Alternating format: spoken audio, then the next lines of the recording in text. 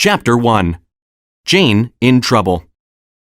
It was cold and windy, and the dark clouds threw rain against the windows of Gateshead Hall. We had already had a miserable walk that morning, and fortunately, we could not venture out again. Eliza, John, and Georgiana Reed positioned themselves near the fire with their mother and Bessie the nurse, but I was not allowed to sit with them. Until Bessie tells me that you are a nice little girl, and I observe it with my own eyes, you cannot sit near the fire, said Mrs. Reed. What does Bessie say that I have done? I asked. Mrs. Reed disliked children who asked questions, so she ordered me to sit in another room and be quiet until I could speak politely. I went into the breakfast room, retrieved a book from the bookcase, and sat in the window seat. I pulled the curtain shut, forming my own little world. I looked at the rain in the garden, and then at the pictures in the book, and I was happy in my own way. Then the door opened, and I heard John Reed's voice inquiring as to my whereabouts. "Tell Mother that she has gone out into the rain," he told his sisters. She's hiding behind the curtains, I'm sure, said Eliza. What do you want? I asked, coming out of my hiding place. "You should say, 'What do you want, Master Reed?' I want you to come here," he replied, sitting down in an armchair. John Reed was a big 14-year-old boy who ate too much. He did not like his sisters or mother very much, and he absolutely hated me. He constantly bullied me, so I was always afraid of him. I knew that he would hit me, but I had to obey. So I stood in front of him and allowed him to strike me. "What were you doing behind the curtain?" he asked. I was looking at a book. He requested to see the book, so I gave it to him. "You should not take books from our bookcase because you are a dependent. Your father left you no money, and you should be begging in the streets instead of eating good meals with us and reading our books. Go and stand near the door." I stood near the door, and he threw the book at me, knocking me down and causing me to hit my head against the door. I felt blood on my face, and I was suddenly more angry than afraid. You are like a murderer, I shouted at him. He charged at me and took hold of my hair, so I scratched him with my fingers.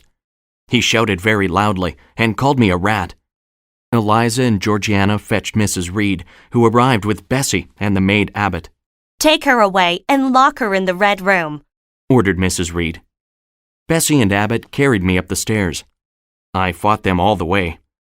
I had never done that before, but I was really angry, and it felt good. Hold her arms, Miss Abbott. She's like a mad cat. They were angry with me for hitting John because they thought of him as their young master and expected me to think of him as my master too. He is not my master because I am not a servant. You are less than a servant, Miss Eyre, because you don't work for your food.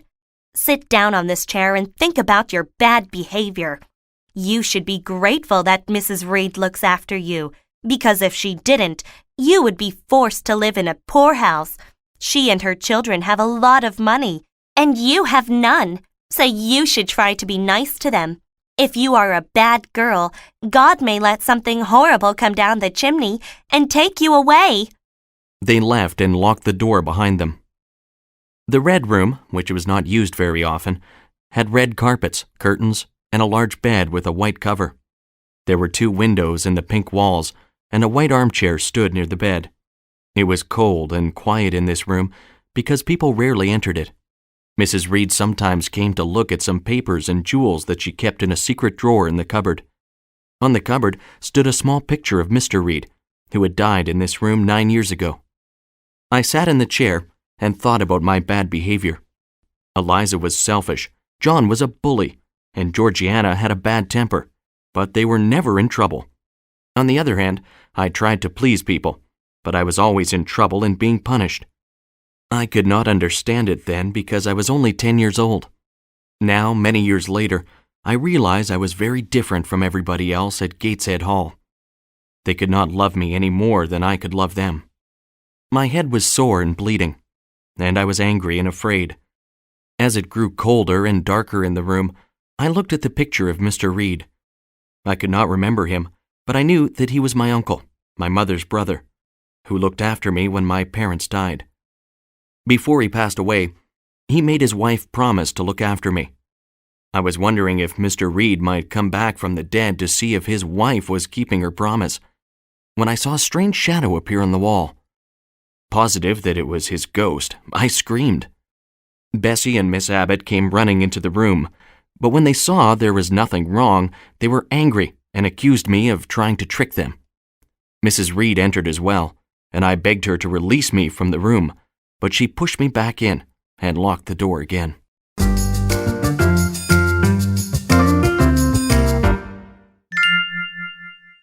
Chapter 2. A Kind Doctor. When Mrs. Reed pushed me back into the room and locked the door, I must have fainted because the next thing I can remember is waking up in bed with the doctor sitting in a chair next to me. I felt very safe while he was there, but when he realized that my condition had improved, he left. Bessie spoke to me kindly and asked if I wanted anything to eat or drink. When I asked her if I was ill, she informed me that I had fainted in the red room, but was certain that I would soon be better. It was very late at night, so she called the housemaid, Sarah, to sit with her, and they talked about ghosts until they fell asleep. The candle and the fire both burned out, but I was too afraid to sleep that dark night. Sometimes I still shake with fear when I think of the red room. I got out of bed at noon the next day and sat in the nursery near the fire. Although it should have been a happy day, I could not stop silent tears from coming to my eyes. Mrs. Reed and the children had all gone out in the carriage, and Bessie was being unusually kind to me. She had even brought me a piece of cake on a beautiful plate that I was never allowed to use, but I was not hungry, and the plate did not look beautiful that day. She brought Gulliver's Travels, one of my favorite books, for me to look at. The pictures, which had always delighted me, now looked dreary and frightening, and I put it on the table next to the uneaten cake. Bessie began to make some new clothes for Georgiana's doll and sang as she worked. I usually enjoyed her songs, but today they all sounded very depressing and made me cry. The doctor returned and asked whether I was better because he saw that I had been crying and thought I might be in pain. I am only crying because I am miserable, I replied. Don't be silly, miss. There is no reason for you to be miserable, said Bessie. The doctor looked at me carefully and asked me what had made me ill the day before. She fell, said Bessie quickly. I was knocked down, I said. But that is not what made me ill. The servant's bell rang, and Bessie had to leave, but she would rather have stayed. The doctor waited for her to go and then asked, What did make you ill, if the fall did not? I was locked until after dark in a room in which there is a ghost. Are you afraid of ghosts? I am afraid of Mr. Reed's ghost because he died in that room. Even Bessie will not go into it after dark, and it was exceptionally cruel to lock me in there without a light. You look like a sensible girl, and I am sure you are not really afraid of ghosts. Are you afraid now, in the daylight? No, but night will come again. Besides, I am very unhappy about other things. I told him that John and Mrs. Reed were cruel to me, and he asked me if I would like to live somewhere else. If I had anywhere else to go, I would be glad to go there, but I cannot leave Gateshead until I am a woman. Do you have any relations besides Mrs. Reed? She told me once that I might have some very poor relations called Eyre somewhere, but she didn't know anything about them. Would you like to go and live with them if they were kind to you? I did not like the idea of being poor because the only poor people I had ever seen were beggars in rags, and I could not imagine them being kind to anybody, so I shook my head. That would probably make me beg, and I don't want to do that. Would you like to go to school? I didn't know much about schools, but I thought that it might be good to go to one. When Bessie returned, the doctor asked if he could speak to Mrs. Reed. That night, I heard Bessie and Miss Abbott speaking to each other while they thought I was asleep. Miss Abbott thought Mrs. Reed would agree to send me to school because she would be glad to have me out of the house. She also told Bessie about my parents. I learned that my father was a poor clergyman, and although my mother's family was rich, her parents refused to give them any money because they were not in favor of the marriage. A year earlier, my father had become ill from visiting poor people in a large town, and my mother and he had both died of typhus. I expected that I would be sent to school very soon, but nothing happened for more than 3 months. Mrs. Reed and her children hardly spoke to me. I ate alone, and I no longer slept in the same bedroom as the other children. Bessie was sometimes kind to me, and she was the only friend I had. John tried to bully me again, and I punched him in the nose. He ran crying to his mother to tell her what I had done, but I heard her say that he would get no sympathy from her. I told you that she is not worthy to be noticed by you, she said. Without thinking about it, I shouted at her. They are not worthy to be noticed by me. Mrs. Reed ran to me, picked me up, and carried me to my bed, where she laid me down. She told me to stay there for the remainder of the day. Still without thinking about it, I said, What would Uncle Reed say to you now if he were alive? Instantly, she looked afraid, so I continued. My Uncle Reed is in heaven, and he can see everything that you do, and he knows everything that you think, and so do my mother and father. They all know how you lock me up and allow your son to hit me, and how you wish I were dead. Overcome with shame and anger, she shook me and hit me, and then left me in the bed alone. Christmas came, and everybody had a wonderful time. I know they did because I could hear them from my room, where Mrs. Reed made me stay.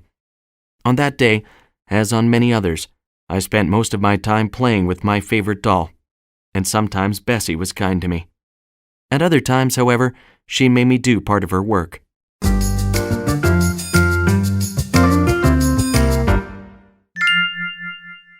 Chapter 3. Jane Goes to School. On the 15th of January, I was suddenly called to the breakfast room.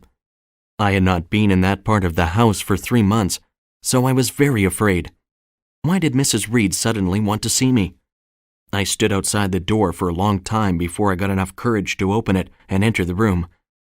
Mrs. Reed was sitting in her chair, and a very tall man dressed in black stood next to her. This is the little girl, said Mrs. Reed. She is very small, said the tall man in black. Is she really 10 years old? He looked at me for a moment, and then he asked, Are you a good girl? I did not know how to answer this question, but Mrs. Reed quickly told him that I was not a good girl at all, because I was deceitful, and she hoped that the teachers at his school would teach me to be honest. The tall man's name was Mr. Brocklehurst, and his school was called Lowood. He warned me I would go to hell if I continued to be deceitful, and he promised Mrs. Reed he would do everything to improve my behavior. Then he gave me a little book and told me to read it carefully. It is about a little girl who is deceitful, and what happens to her when she dies, he said. When he had gone, I went to Mrs. Reed and confronted her about what she had said about me. I was very angry that she had told Mr. Brocklehurst that I was deceitful. I said that if I were deceitful, I would be able to say that I loved her.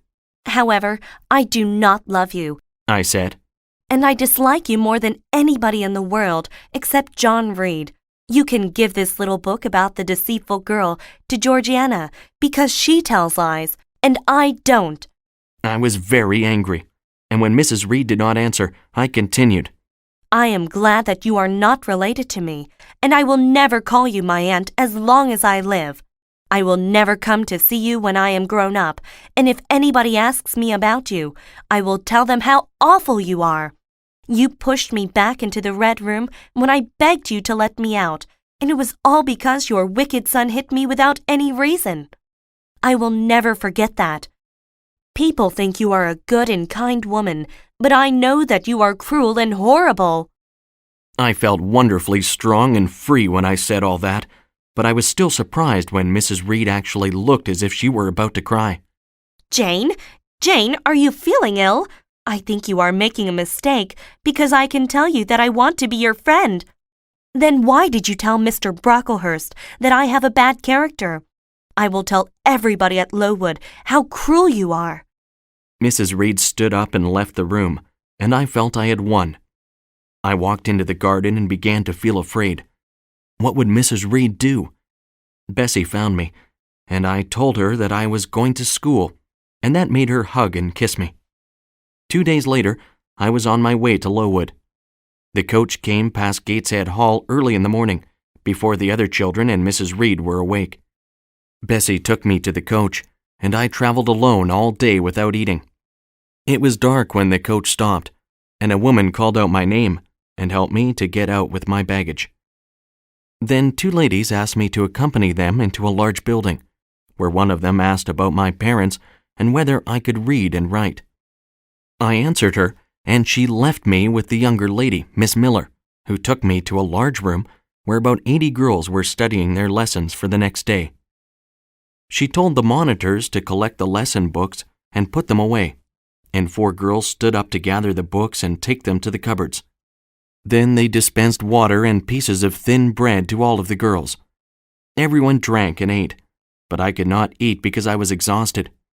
After that, we went to another large room where all the girls slept. There were 2 girls in each bed, and for that night, I had to share the bed with Miss Miller. I was cold, but I soon fell asleep because I was very tired. In the morning, I woke up when I heard a bell ringing loudly. It was still dark and cold, but all the girls were dressing and washing, so I did the same.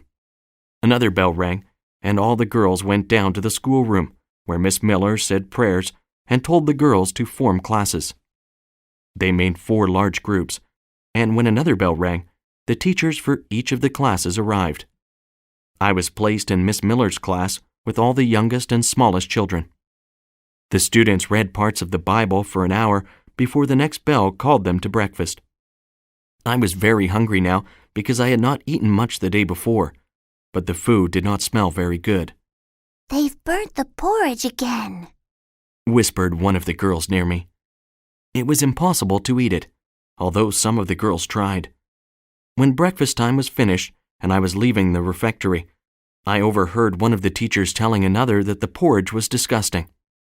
The next 15 minutes were free time, and the girls were allowed to talk to each other as loudly as they liked. They all talked about the terrible breakfast, and some of the older girls discussed it with Miss Miller. When the clock struck 9, Miss Miller called for silence, and everybody sat on benches along the walls of the room.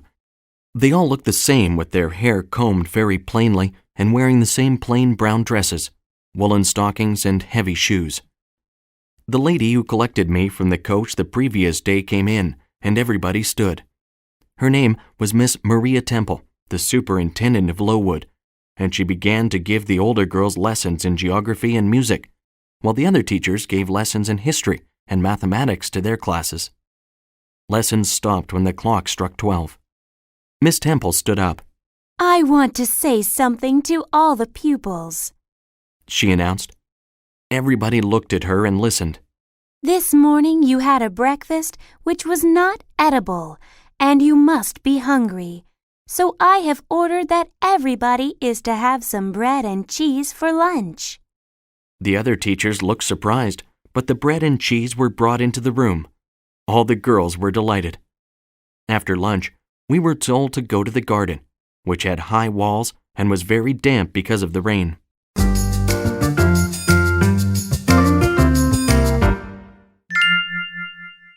Chapter 4. Jane Meets Helen Burns.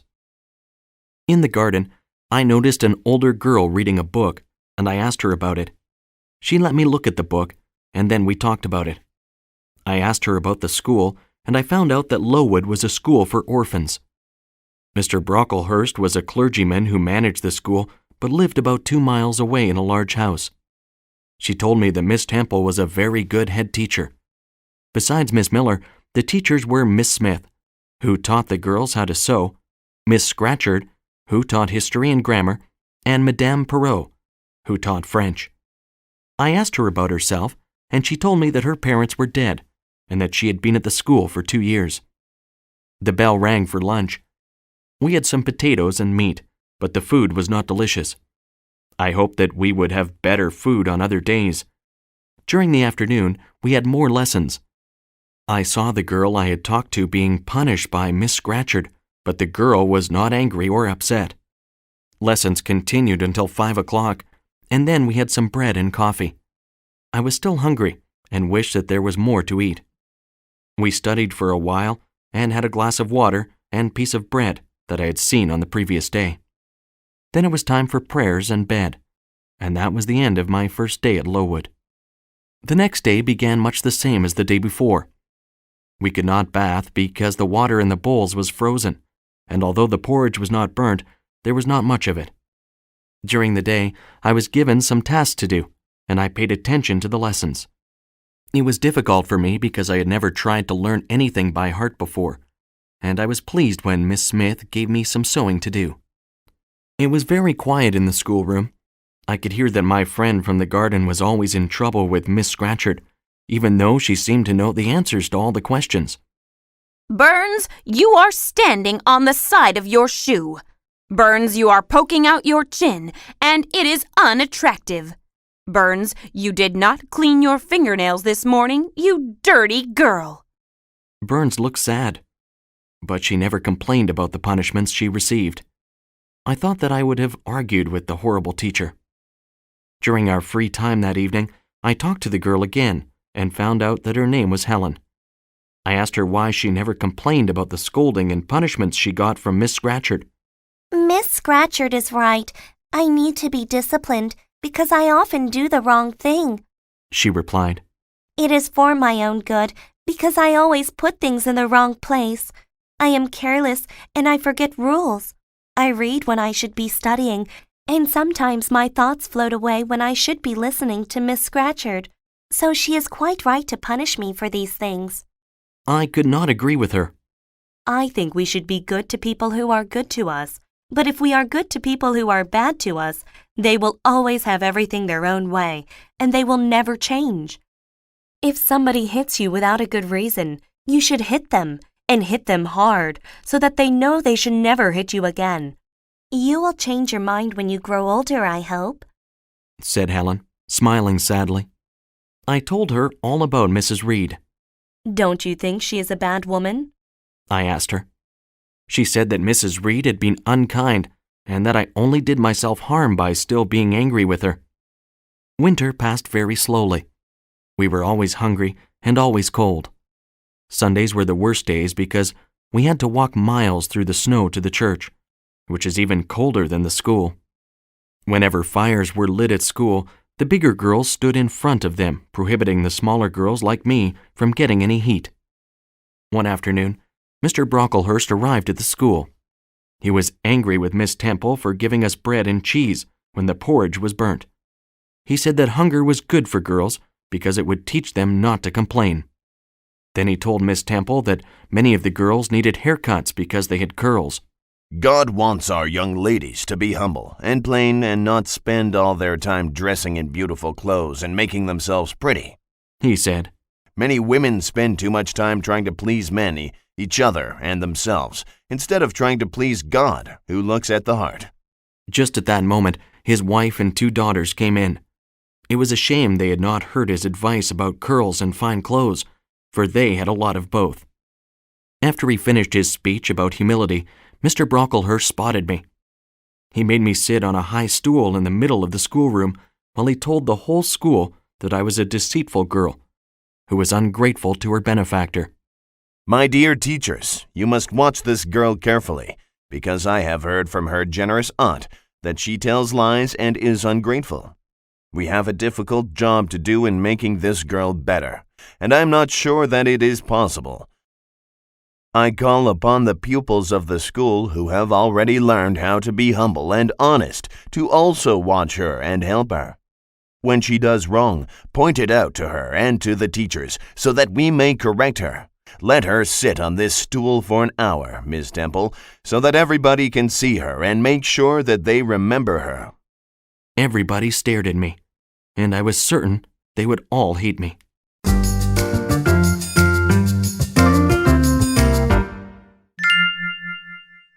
Chapter 5. The School Becomes a Hospital.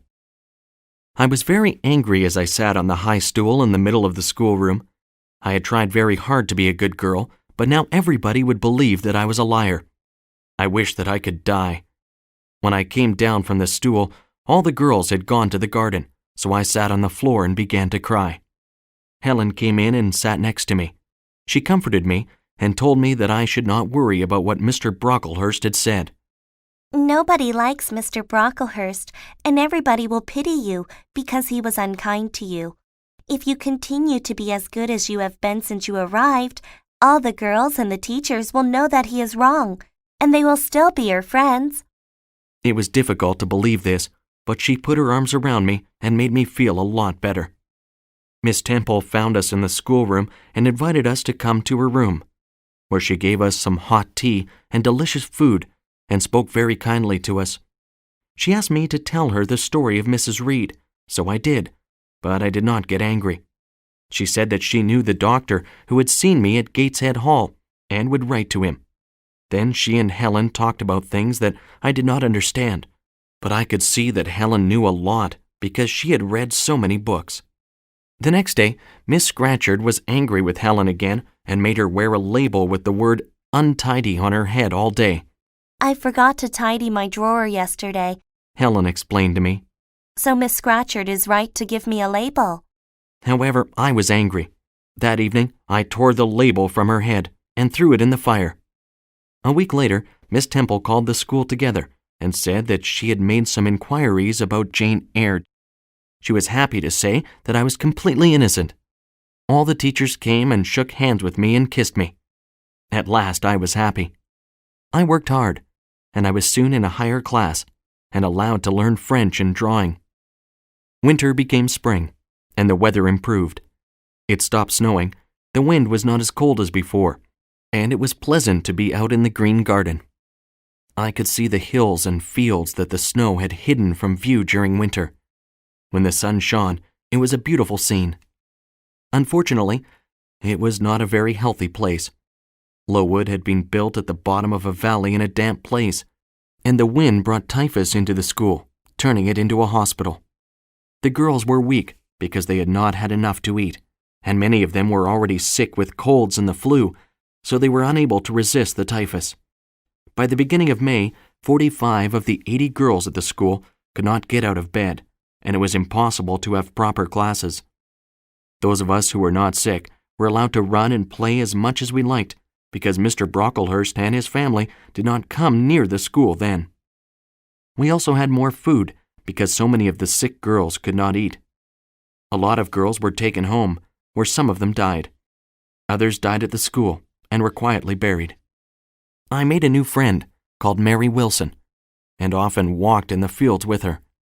I had not forgotten Helen Burns, but she was ill and could not come out to play or walk with me. She did not have typhus, but was suffering from consumption. I thought that this was not as bad as typhus and believed that she would soon be allowed to get out of bed. One evening, I was coming back into the school with Mary when I saw a doctor leaving the school, and I was suddenly afraid. I ran to the nurse and asked her about Helen. She replied that Helen was not well and that she would not be with us for much longer, and I understood what this meant. I found out that Helen was in a bed in Miss Temple's room, and late that night I crept out of my bed and along the corridors to see her. Miss Temple was not there, but the nurse was sitting asleep in a chair, and Helen was lying in a bed covered with a white blanket. I went as quietly as I could to the bed and whispered Helen's name. The nurse did not wake up, but Helen heard me. We talked for a few moments, and then I got into bed with her and hugged her. "Jane, I think you have come to say goodbye to me," said Helen. "I am going to my home soon, and I will wait for you there. I am sure that you will come and join me there one day." She coughed before continuing. "I am very happy, Jane, because I am going to die young, and I will escape great suffering. My disease is not painful, and it will carry me quietly away. When I am dead, Jane, you must not cry or be sorry." I must have fallen asleep, and I only woke up when the nurse carried me to my own bed. I was not punished for leaving my bed, which surprised me very much. I did not know until 2 days later that when Miss Temple returned to her room that morning, she found 2 girls in Helen's bed, but only one of them was alive. I was very sad to learn that Helen had died, but I was thankful that I had a chance to say goodbye to her. I did not cry, although I was deeply saddened. Helen did escape great suffering.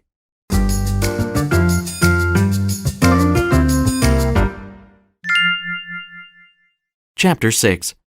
Jane Goes to Thornfield. The typhus eventually left Lowood, but not before people had noticed the school and began to make inquiries. It soon became known that the school was built in the wrong place, that the girls did not have enough food, that they had to drink unhealthy water, and that they did not have warm clothes or beds. Some wealthy people who lived in the area gave a lot of money to build the school in a better place, and Mr. Brocklehurst was replaced by a committee of management. I spent the next 8 years at Lowood, and they were happy years for me. I was a good pupil and worked hard at my lessons, eventually becoming the top girl in the top class. After 6 years, I became a teacher at Lowood. I enjoyed my work for 2 years, but when Miss Temple married a clergyman and left the school, I began to enjoy it less. She had been my best friend, and her departure left me with no reason to stay at Lowood. I didn't know anybody outside Lowood because I had never left it, except to go to church. Mrs. Reed and her family had never visited or even written to me. Surely, I thought, there must be more in the world to see and do. I had an idea that I could advertise in the newspaper for a position as a governess with a family. After all, I had a good education and had been a teacher for 2 years. I could speak French, draw, and teach all the other subjects that young girls should learn. I put an advertisement in the paper and waited nervously for a reply. A week later, a reply came and requested me to send references relating to my competency and character to Mrs. Fairfax of Thornfield, near Millcote. The handwriting looked like that of an elderly lady, which pleased me. I looked at the map and found that Millcote was 70 miles away, closer to London, and this pleased me too. It was a large manufacturing town on the banks of a river. I spoke to the new superintendent and asked if she would request the committee to provide references. They wrote to Mrs. Reed, but she had no objections.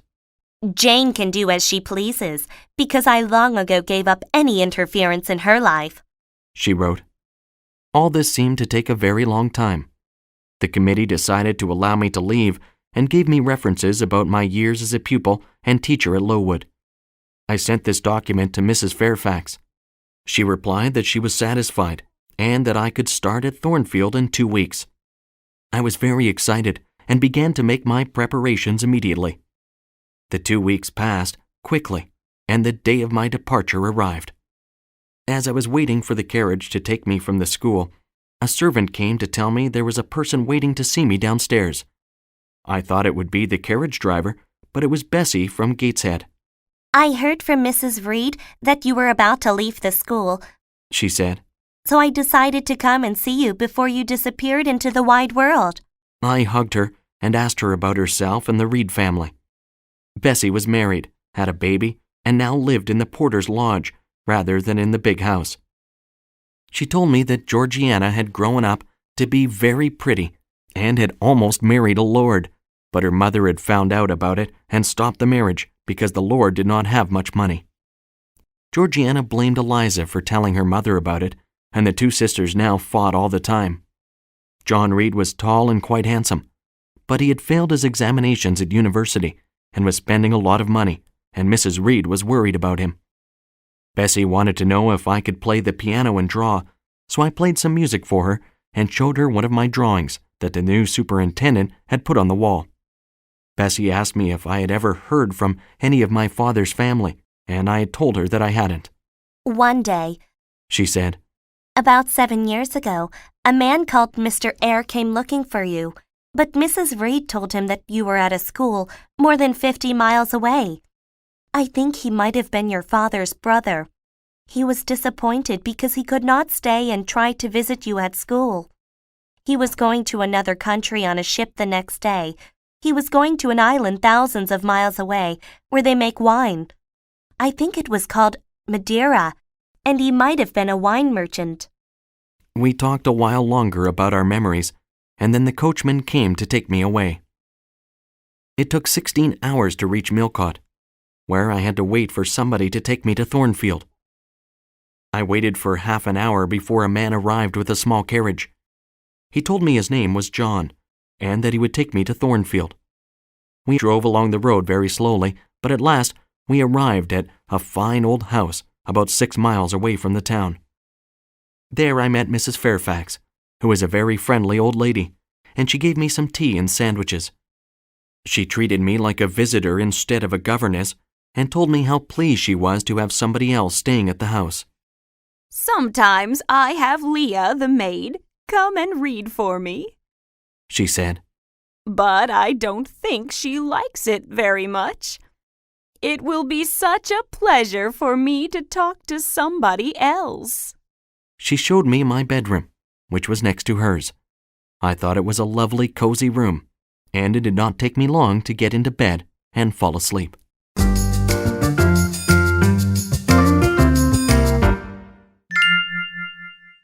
Chapter 7. Jane's Life at Thornfield. When I woke up, it was daylight, and my little room looked very bright and cheerful as the sun shone in through the window.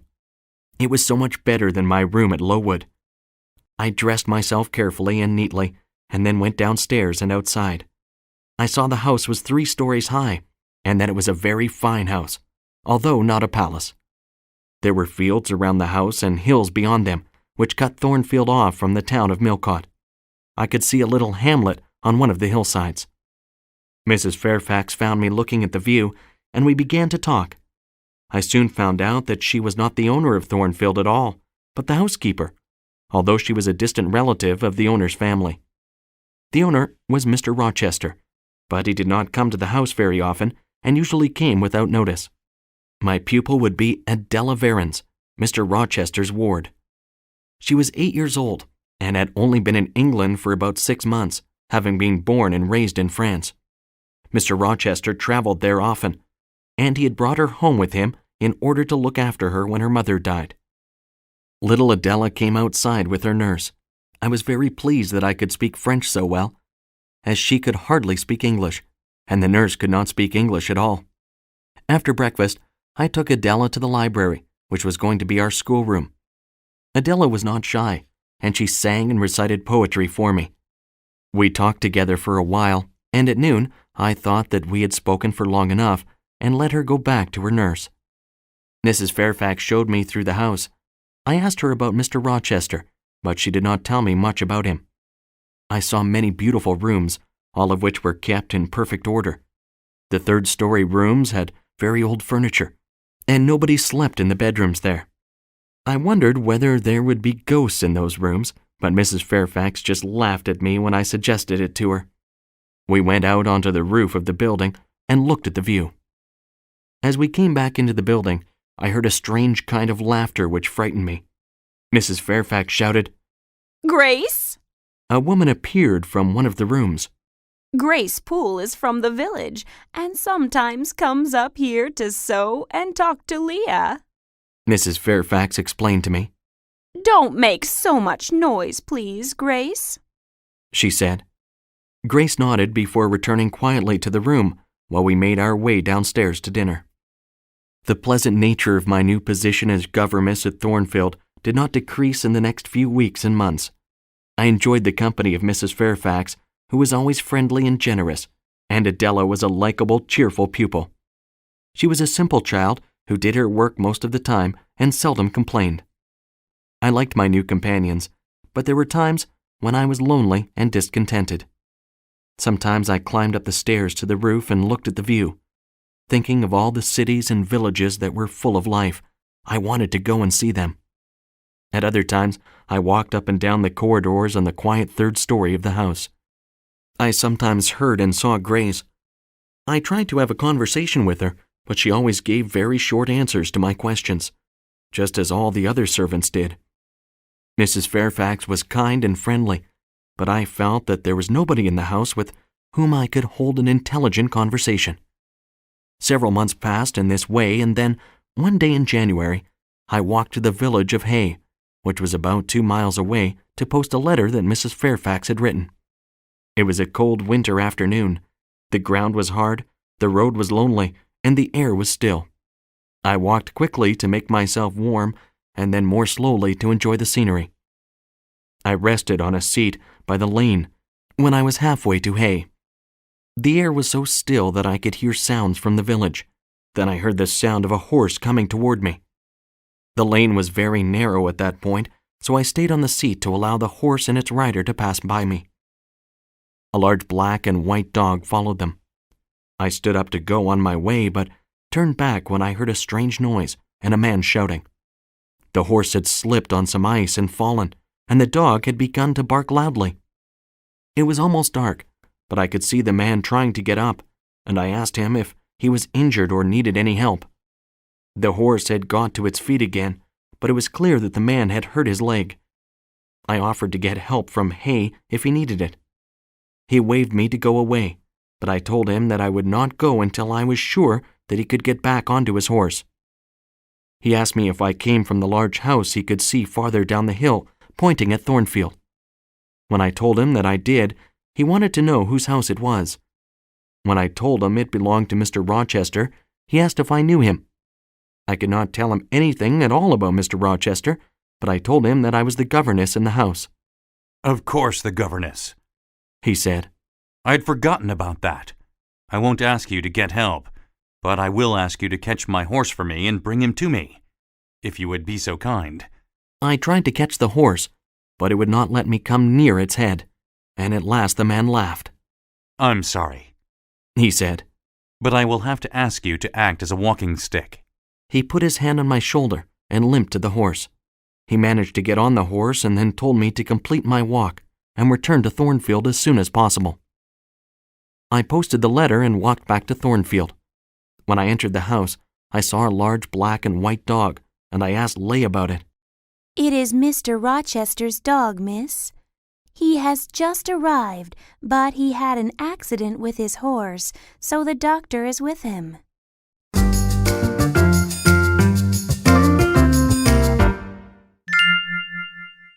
Chapter 8. Mr. Rochester. I did not see Mr. Rochester again until late the next day, because he went to bed early that night and did not rise until late. He was extremely occupied with the business of Thornfield and had no time to see me. He used the library as a place to work, so Adela and I made a new schoolroom upstairs. There were many visitors at Thornfield that day, and I liked it much better than the lonely place it was before he arrived. Adela found it difficult to concentrate on her schoolwork and constantly found excuses to go downstairs to the library to see Mr. Rochester. She was certain that he had a present for her and another for me. Mr. Rochester would be glad if you and Adela would have tea with him in the drawing room this evening, said Mrs. Fairfax when she came upstairs to see us. Tea will be at 6 o'clock, and you had better wear a good dress.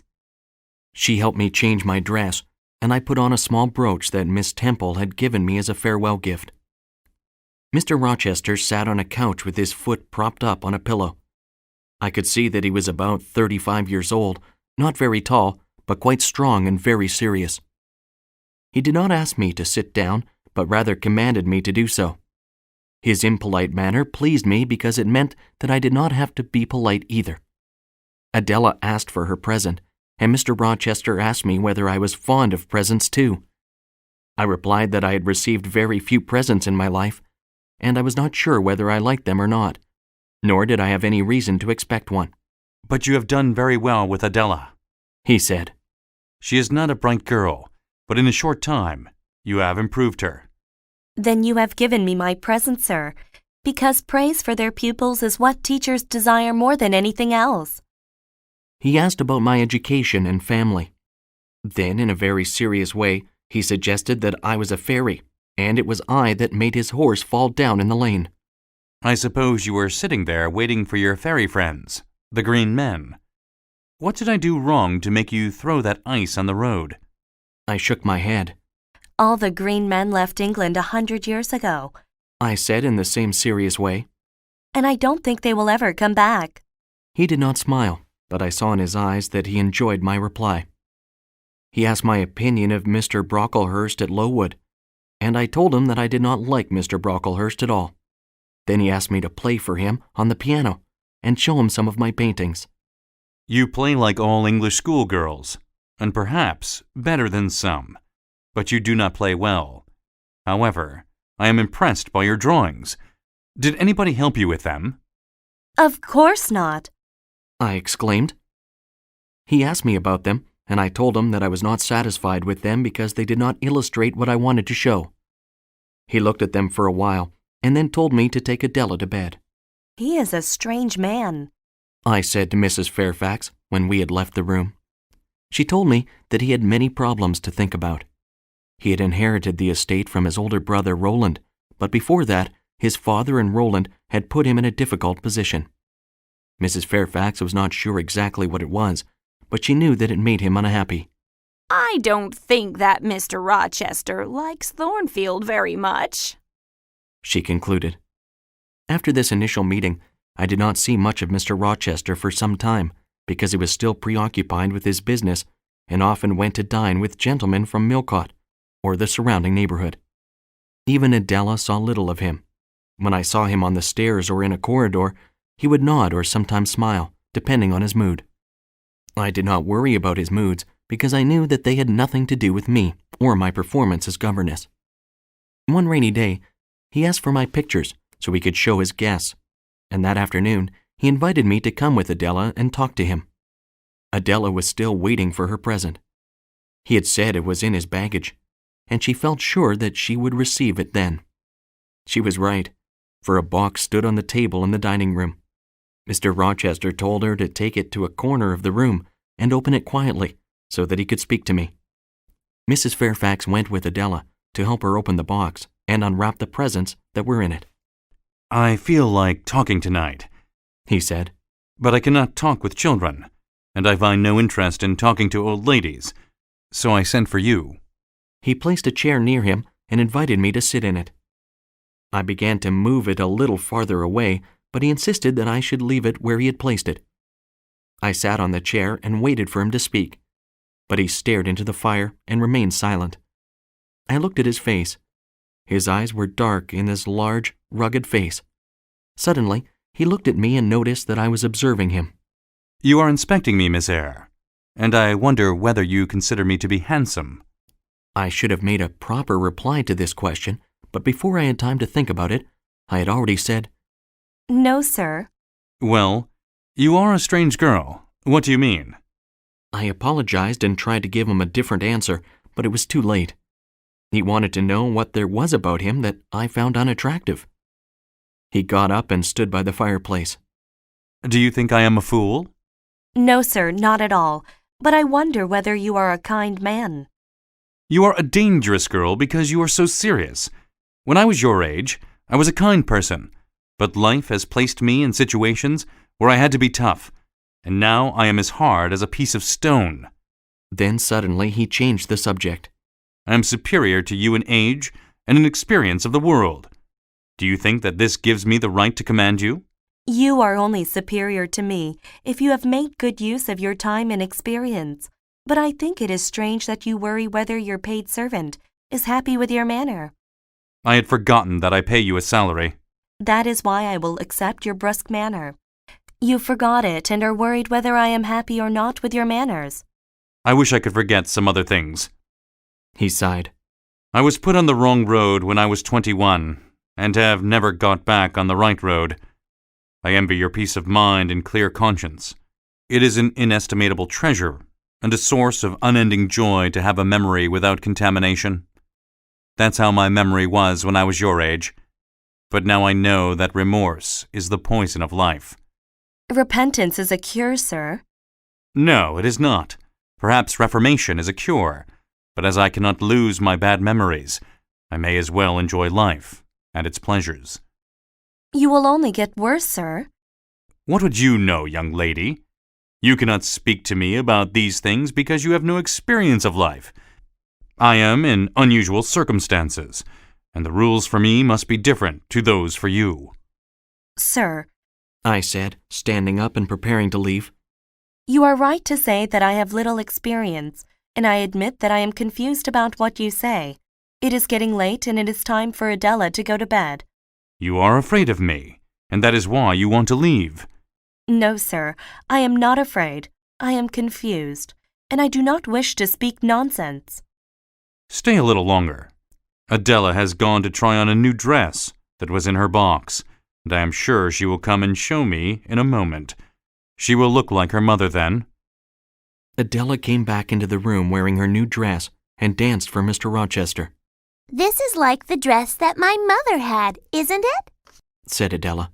It reminds me of a time when I was young, and as good as you, he said to me.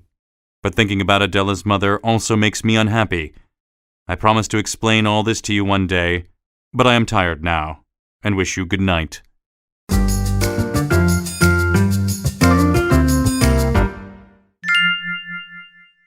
Chapter 9. A Fright in the Night. I was walking in the grounds one day with Adela and the big black and white dog, which Mr. Rochester called Playlet, when Mr. Rochester caught sight of us and took the opportunity to keep his promise. Adela played with the dog while Mr. Rochester told me that she was the daughter of Celine Varens, a French dancing girl whom he had once loved. She had said she loved him too, and he gave her a home in a hotel and paid servants to look after her. He bought her a carriage and many other gifts. I was stupid, just like so many men before me, who could not see that they were loved only for their money, he said. And I soon paid the price for my foolishness. One day I visited her room unexpectedly and discovered that she had another lover. I knew the young man, who was a viscount and even less intelligent than me. At first, I was angry, but when I saw that Celine loved him, I could no longer love her or be jealous of the relationship because he was such a fool. You have never known jealousy, Miss Eyre, because you have never been in love. These things are still waiting for you. We were walking toward the hall, and he stopped to look at it. I like Thornfield, he said, with its old rooms, the old trees around it, and its gray stone walls and dark windows. Yet I used to hate it, and I still hate. He did not finish this sentence, but glared at the house with a terrible expression on his face. This house says, like me if you can, like me if you dare, and I do dare. It is very interesting, by the way, that I choose to tell you my story. I think it is because you are a good listener, and I know you will not repeat what I disclose to you to anybody else. The more I speak with you, the better I feel. He returned to his story and said that he told Celine to leave the hotel. He gave her some money and injured the Viscount in a duel. He thought that would be the end of the matter, but 6 months earlier Celine had given birth to a baby girl. She had said he was her father, and although he was not convinced, he took the child to England when he discovered that Celine had abandoned her. Later, I looked at Adela carefully to see if there was any resemblance to Mr. Rochester, but I could not find any. That night, I lay awake in bed, thinking of his story and of the strange look he had given to the hall as we walked toward it that afternoon. He had become much friendlier to me lately, and I was pleased that he entrusted his story to me. He had been at Thornfield for 8 weeks now, and Mrs. Fairfax had said that he rarely stayed longer than 2 weeks at a time. I hoped he would not leave soon, because Thornfield would be a sad place without him. Then I heard a noise just above me in the darkness, and sat up to listen. The noise stopped, and I tried to sleep, but could not. I heard the clock strike 2, and I thought I heard a sound near the door of my room. Who's there? I said, but nobody answered, so I thought it might be Playlet. And this made me less afraid. I had almost fallen asleep when I heard a very loud and terrible laugh, which seemed to come from the keyhole of my door. I stared at the door through the darkness, and the laugh came again. Who's there? I cried out again. I heard a strange moan, and then the sound of footsteps going to the stairs that led to the 3rd story. I heard the door of the staircase close, and the sound was gone. Was it Grace with her strange laugh? I got out of bed, quickly put on some clothes, and went out. A candle stood near my door. I could smell something burning, and then I saw smoke coming from Mr. Rochester's door. I rushed into the room and found that the curtains and his bed were burning while he still lay asleep in the bed. I tried to wake him up, but he was sound asleep, so I threw the water from his water jug over the bed and the curtains. I then ran back to my own room to get some more water, and I threw that over the bed as well. The fire went out, and Mr. Rochester finally woke up and wanted to know what had happened. I explained it to him, and he asked me about the laughter I had heard. Have you heard this laughter before? Yes, Mrs. Fairfax told me that it was Grace Poole, an unusual woman who comes here to sew. Yes, Grace Poole. You are right to say that she is an unusual woman. He told me to stay in his room while he went up to the third story, and I waited a very long time for him to return. Everything in the room was wet, and I was cold, but I did not dare to leave the room. When he finally returned, he told me that he had found out what had happened, and it was just as he had expected, but he would not tell me any more. I am glad that you are the only other person who knows what happened here tonight, he said, because I know you will not tell anybody else. You should return to your room now, because the servants will be awake soon. I began to walk out of the room when he called me back.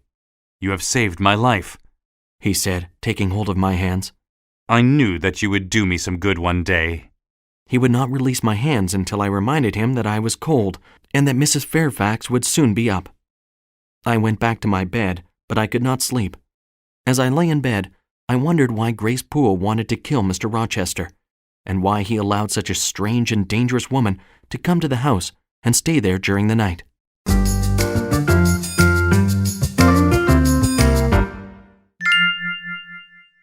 Chapter 10.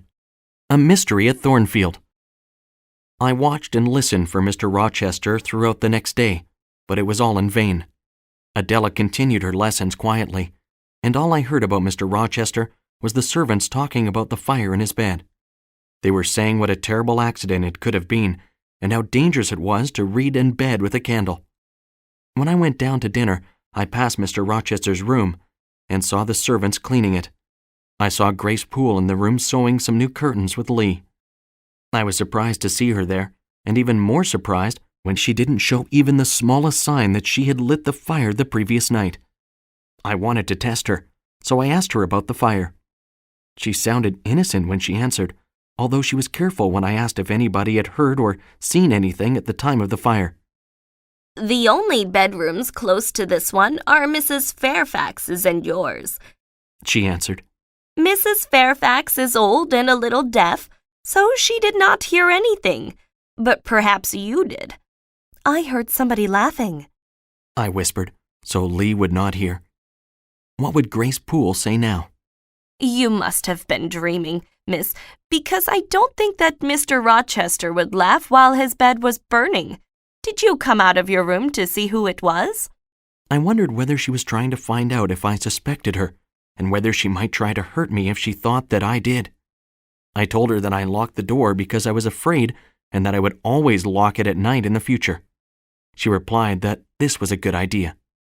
The cook came upstairs to tell Grace that her dinner was ready, but Grace said that she wanted to continue working for a while. My dinner was also ready, and I went downstairs to share it with Mrs. Fairfax. I could not eat very well because I was thinking about Grace Poole the entire time. Surely it was her laugh that I had heard the previous night, and surely she had lit the fire. How could she sit in the room and pretend that she knew nothing about it? How could Mr. Rochester let this happen? Did she have some secret power over him? Had they been lovers in the past? I could not imagine it, for Grace was as plain and ignorant as any woman I had ever met. Where was Mr. Rochester? I still had not heard or seen him all day. I was surprised to find myself longing to see him. I wondered why this was.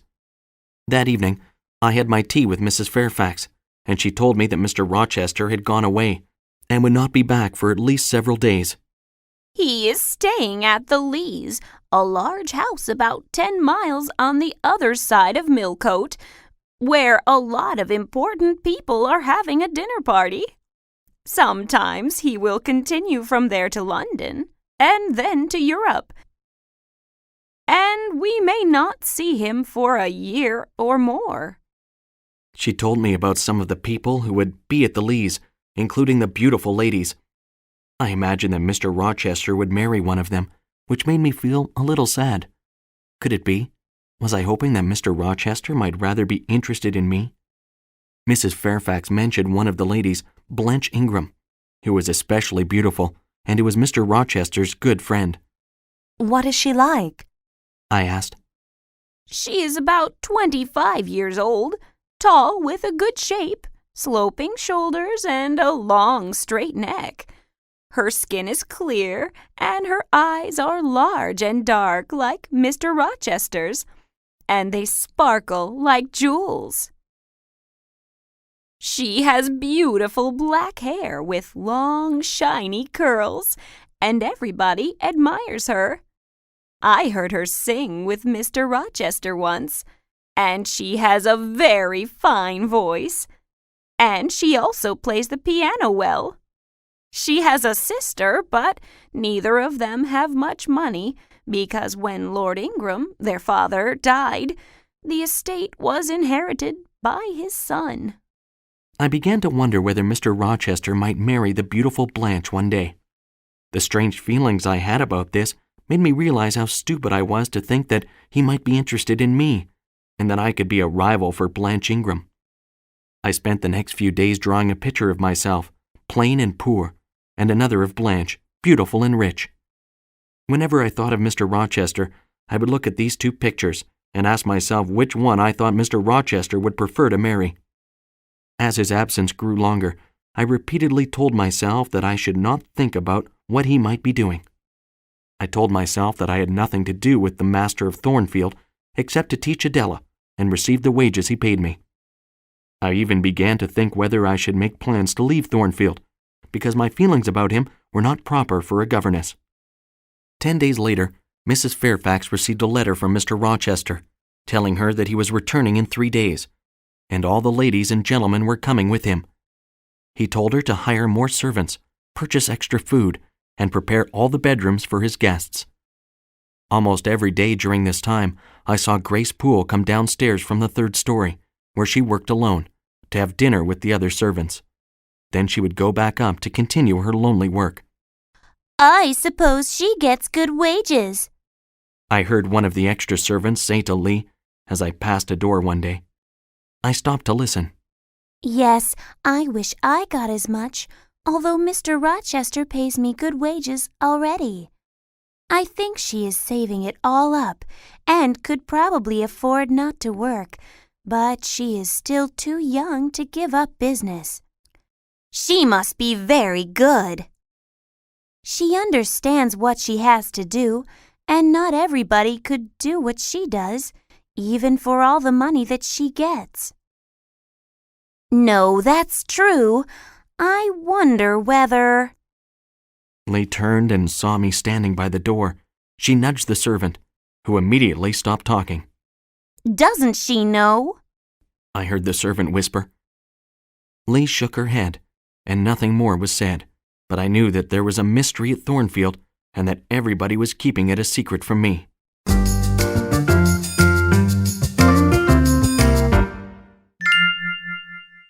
Chapter 11. Ladies and Gentlemen. I stood behind the curtain at the window and watched the ladies and gentlemen arrive at Thornfield. Mr. Rochester rode a black horse, and beside him rode a black-haired lady in purple riding clothes, who Mrs. Fairfax said was Miss Ingram. After them came some other riders on horses, and then a few carriages, and soon there was the loud noise of people coming into the hall talking and laughing. Servants showed the guests which bedrooms they were to occupy, and then there was silence as the ladies and gentlemen changed for dinner. Adela wanted to go down and see the fine ladies that evening, but I told her that she must wait until Mr. Rochester called for her. Do you think that he will call for us tonight? No, I think that you will have to wait until tomorrow for an invitation, Adela. I told her some stories, and then we sat at the top of the stairs, listening to the music and singing that came from the drawing room, until late in the night. I was right about Mr. Rochester's invitation. I was watching the guests depart from Thornfield for a trip to a local place of interest the next morning, when Mrs. Fairfax told me that Mr. Rochester wanted Adela and me to visit the ladies that evening, after dinner. Adela was very excited, but when I told Mrs. Fairfax that I did not need to go, she told me that Mr. Rochester had anticipated my objections and insisted that I should be there. She told me to take Adela into the drawing room while the ladies were still having dinner, so we would not need to make a grand entrance. I prepared Adela in her best frock, and also put on my best dress. It was the one I had worn for Miss Temple's wedding and had never worn again. We went down to the drawing room and sat down on some chairs near a window. It wasn't long before the curtain to the dining room opened and the ladies entered. There were only 8, but their wide dresses made them seem like many more. I stood up and curtsied to them, and one or two of them nodded to me while the others just stared. They moved around the room looking at the flowers, the pictures on the wall, and the books as they spoke to each other. I learned all of their names later, but I will recount them now. Mrs. Eshton, from the Lees, and 2 of her daughters were there. Mrs. Eshton was not young, but still looked very well. Her elder daughter, Amy, was quite small and had a childlike face, while the younger daughter, Louisa, was taller and more elegant. Lady Lynn was large and stout, and looked very proud with her dark hair and beautiful blue satin. Mrs. Colonel Dent wore a black satin dress, and seemed like a friendlier person with her slight figure and pale, gentle face. The 3 most impressive ladies, however, were Dowager Lady Ingram and her 2 daughters, Blanche and Mary, who were the tallest people in the room. The Dowager was about 45 years old and looked splendid. She had perfect black hair and wonderful teeth, but her eyes were hard and cruel and reminded me of Mrs. Reed. Blanche and Mary were equally tall, but Mary was thinner. Blanche's face was just like that of her mother, though younger, of course. I heard her speaking to Mrs. Colonel Dent about some plants they had seen in a garden. She clearly enjoyed showing that she knew a lot about them, while Mrs. Dent knew very little. When the ladies came in, Adela curtsied to them and greeted them very carefully. Mrs. Dent took her hand and gave her a kiss, and the 2 Eshton sisters took her to a couch and began to speak with her. I sat quietly and watched, and at last the coffee was brought in and the gentlemen entered. The gentlemen were all dressed in black, and most of them were tall. Sir George Lynn was a large country gentleman who did not speak often. His sons, Henry and Frederick Lynn, were very handsome young men. Colonel Dent looked like a soldier, and Mr. Eshton looked like a country gentleman. He had a white beard, but his hair and eyebrows were black. Lord Ingram was as tall as his 2 sisters, but looked more like Mary than Blanche. Last of all came Mr. Rochester, and I could not stop looking at him. I did not intend to love him, but I could not help it. He was not as handsome nor as tall as his guests, but when I saw him smile and talk to Louisa and Amy Eshton, I knew that he was special to me. I told myself to stop being stupid, but I had to admit to myself that I would always love him. Blanche Ingram spoke to him about Adela and suggested that he should have sent her to a school instead of hiring a governess. She drew her sister and mother into the conversation, and each of them had something bad to say about governesses.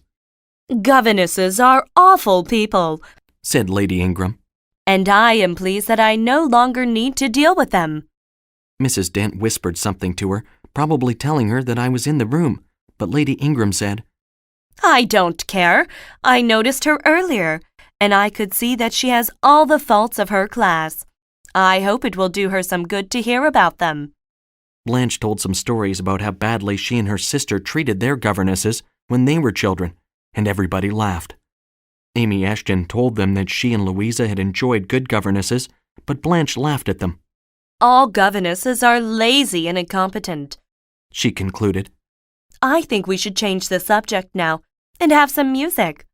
Blanche went to the piano and invited Mr. Rochester to sing along with her playing. I could see that she was trying to be friendly with him. I was about to leave quietly, but the singing made me stay longer.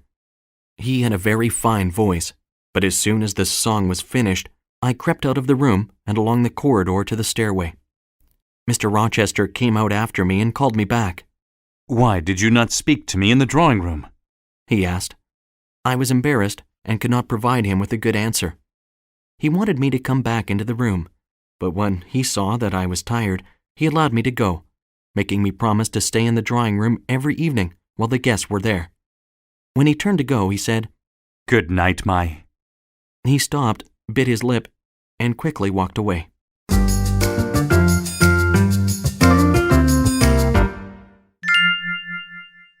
Chapter 12. Charades.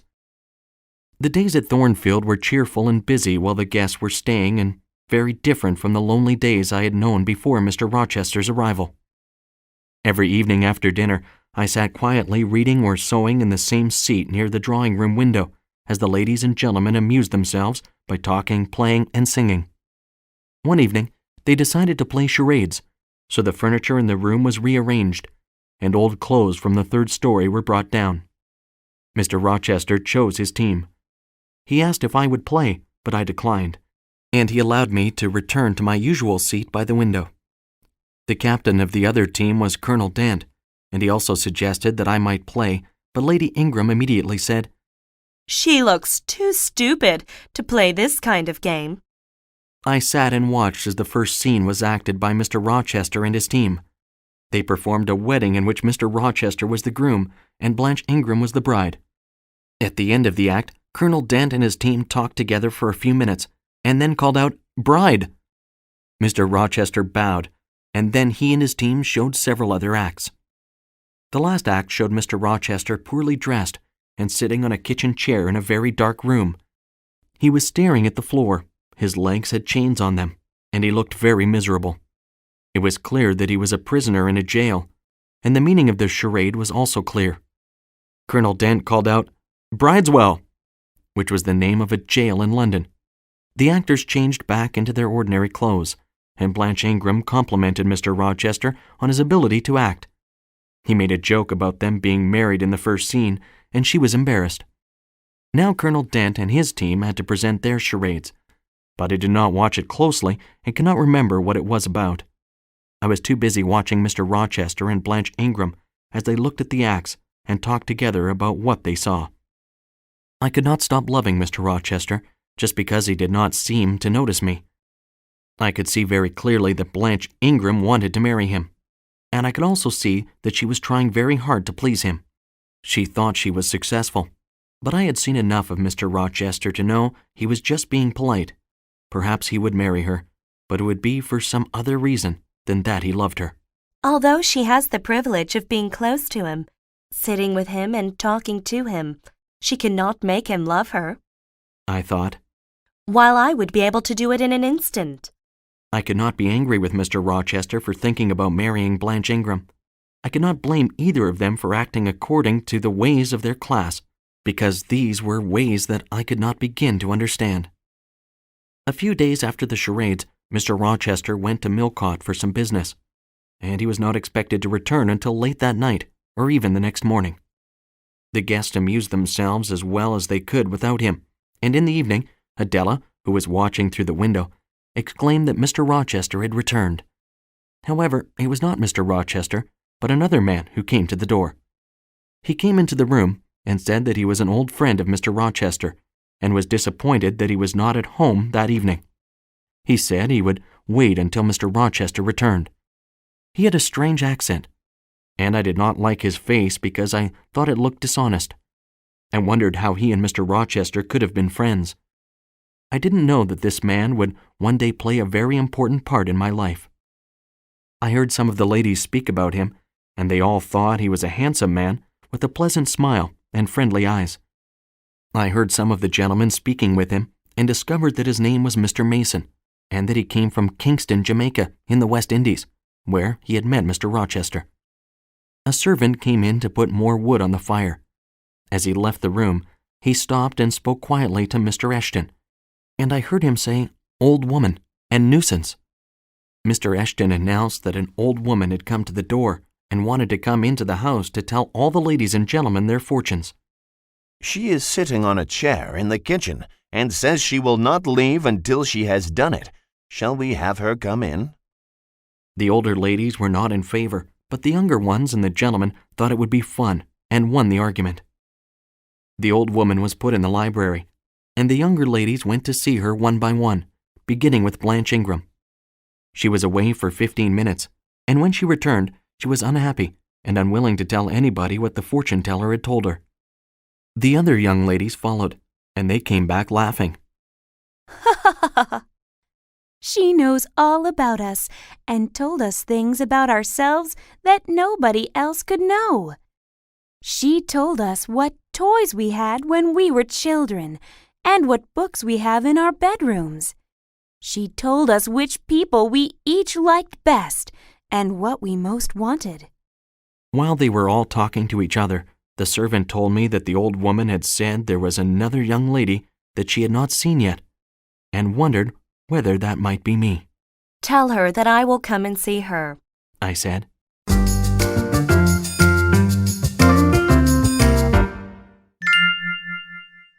Chapter 13. The Fortune Teller.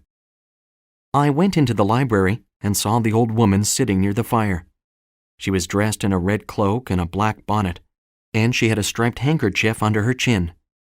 Her face was very dark, and she was reading a small book in a strange voice. I stood by the fire and waited. "Do you want your fortune told?" She suddenly asked. You can tell me if you like, I replied. but I should warn you that I am very skeptical and not likely to believe it.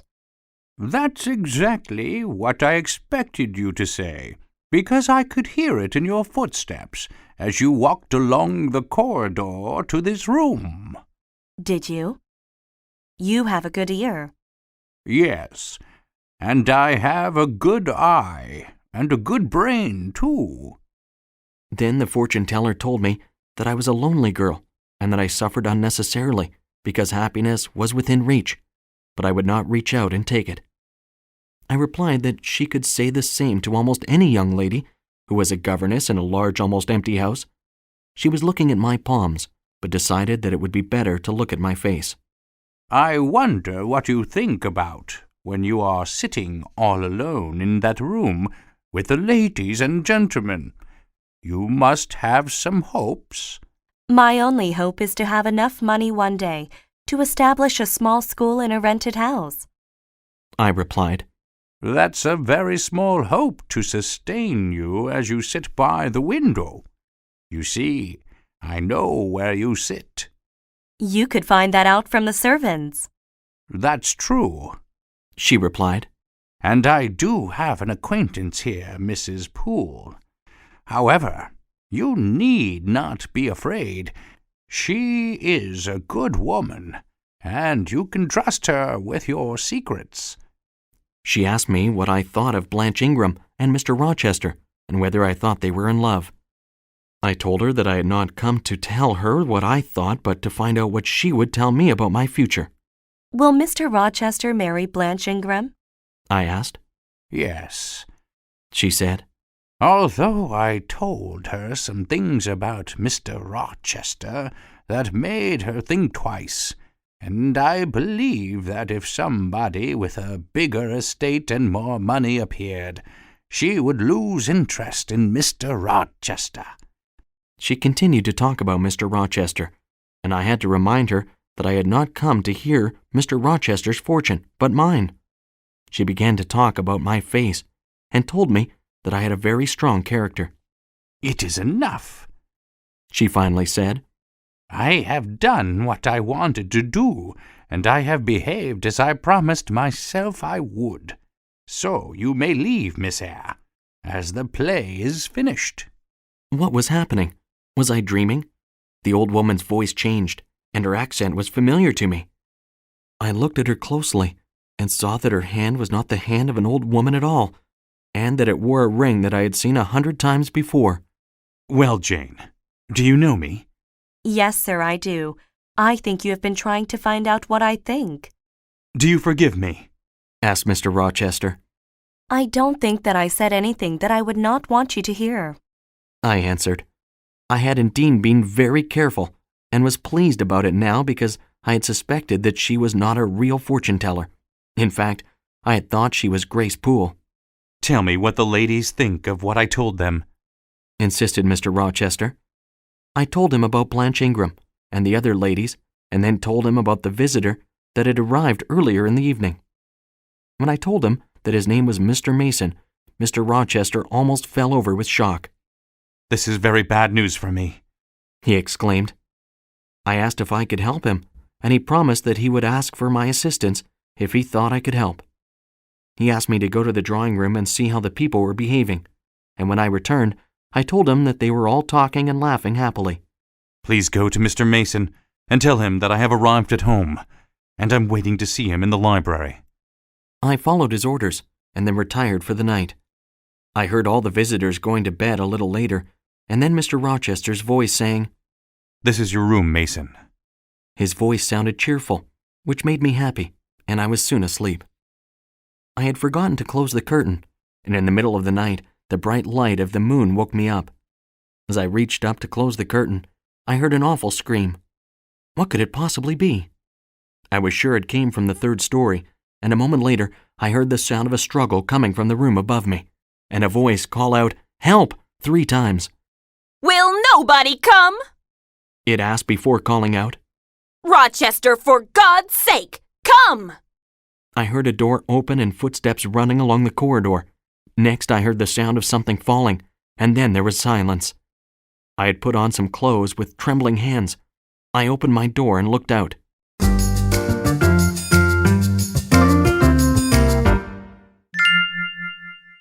Chapter 14. A Very Strange Night. I was not the only person who had heard the terrible scream. All the bedroom doors were opening, and the gentlemen and ladies were asking each other what had happened. Nobody knew what to do, and when Colonel Dent announced that he could not find Mr. Rochester, things only got worse. Fortunately, it was only a minute until Mr. Rochester appeared, coming down the stairs from the third story. He told everybody to stay calm and to go back to their beds. It is only a servant who woke up after having a terrible dream about a ghost. There is no need for anybody to worry, and it would be helpful if everybody just went back to bed. The guests all went back to their bedrooms, and I went back to mine as well, but I did not go back to bed. I knew that it was not a servant's dream because I had heard somebody asking for Mr. Rochester. I thought it likely that none of the others had heard that. I dressed and waited, feeling certain that I would be wanted soon. I waited for some time. There was a quiet knock at my door, and Mr. Rochester asked me to come and help him. We went up to the third story and into a room I had seen when Mrs. Fairfax first showed me the house. It was a dark room with a large bed in it, and it had a door leading to a second room. This door was open, and when Mr. Rochester entered, I heard the unusual laugh of Grace Poole. He went into the second room, and I heard a strange voice talk to him. He came out and closed the door behind him. A man sat in a chair on the other side of the large bed. It was Mr. Mason, and I saw that one of his arms and the side of his body were covered in blood. I ran back to my room to get a cloth and some smelling salts, and then I helped Mr. Rochester to clean up his friend. Mr. Mason tried to speak, but Mr. Rochester would not let him. Keep quiet, Mason, and I will get the doctor to come and see you. Jane, you will have to stay here and keep cleaning the blood away from his wounds. Give him more smelling salts if he faints. I will be away for an hour or 2, and neither of you are to speak to each other while I'm away. We nodded our agreement, and Mr. Rochester departed, locking us into the room. I was very frightened because I was in a dark room with a strange man who seemed to be bleeding to death. I was even more terrified because I knew that on the other side of the door was Grace Poole, a woman who might burst out of the room and attack me. I could not understand what was happening. Mr. Rochester had almost been burned to death, and now his friend had almost been killed too, yet everything had to be kept secret. In addition, Mr. Rochester seemed shocked at the arrival of Mr. Mason, but now he was doing everything he could to save his life. I didn't know what to think of it all. It seemed a very long time before Mr. Rochester returned with Dr. Carter, who examined Mason and said that he was not in any real danger. "But what is this?" asked the doctor. "He has been cut with a knife, but his skin has also been torn, as if he were attacked by a wild animal." She bit me. Moaned Mason. After Rochester got the knife away from her, and she said that she would drink my blood. I warned you not to try and talk to her alone, but to wait until the morning when we would both see her, said Mr. Rochester quietly. She just talks nonsense, and there is no need to repeat it, Mason. Mr. Rochester asked me to go down and get some more cloths, and then I had to go again to get some medicine that he kept in his cupboard, and again to see if anybody was awake yet. The doctor had put bandages on Mason's wounds, and the house was completely quiet. We went downstairs and found Mason's carriage and driver ready to depart.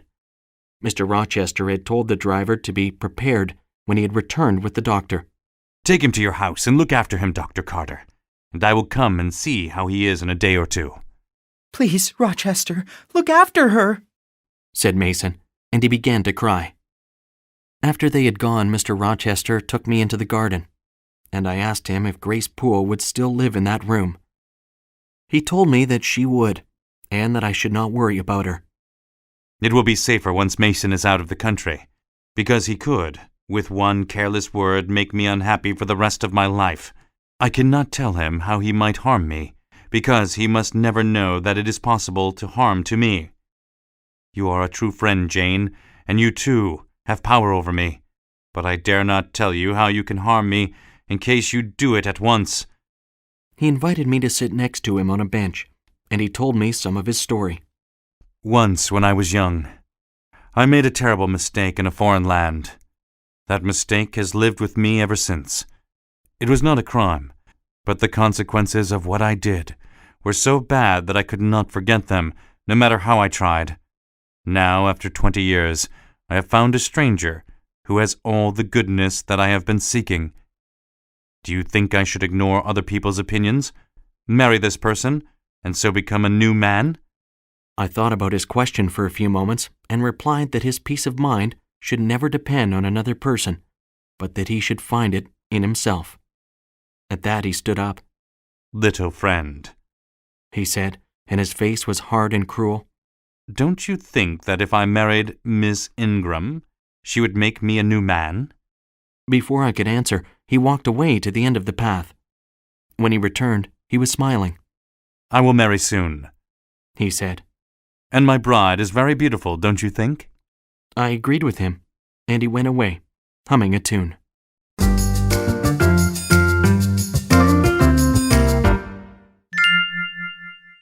Chapter 15. Return to Gateshead. It had been a strange night, and the next afternoon brought another surprise. Bessie's husband, Robert Leven, who was the coachman at Gateshead, visited me. He told me that John Reed had gambled and lost a lot of money, and he had killed himself. The news had given Mrs. Reed a bad shock, and she was very ill. The doctors did not expect her to live long, and she kept asking to see me. I was very surprised to hear this, as I thought she didn't like me at all, and I certainly didn't like her. However, I decided that I should go to see her. Mr. Rochester was playing billiards with Blanche Ingram and some of the other guests. She didn't like me interrupting their game, but I had to ask Mr. Rochester for leave. When I told him about Mrs. Reed, he said that he knew her husband before he died, and he had heard about his gambling son. At first, he wouldn't let me go, but then he agreed and gave me some money for the journey. He made me promise to return as soon as I could. I decided this was also a good time to tell him that when he married Blanche Ingram, Adela should be sent to a school, and I would advertise for another position.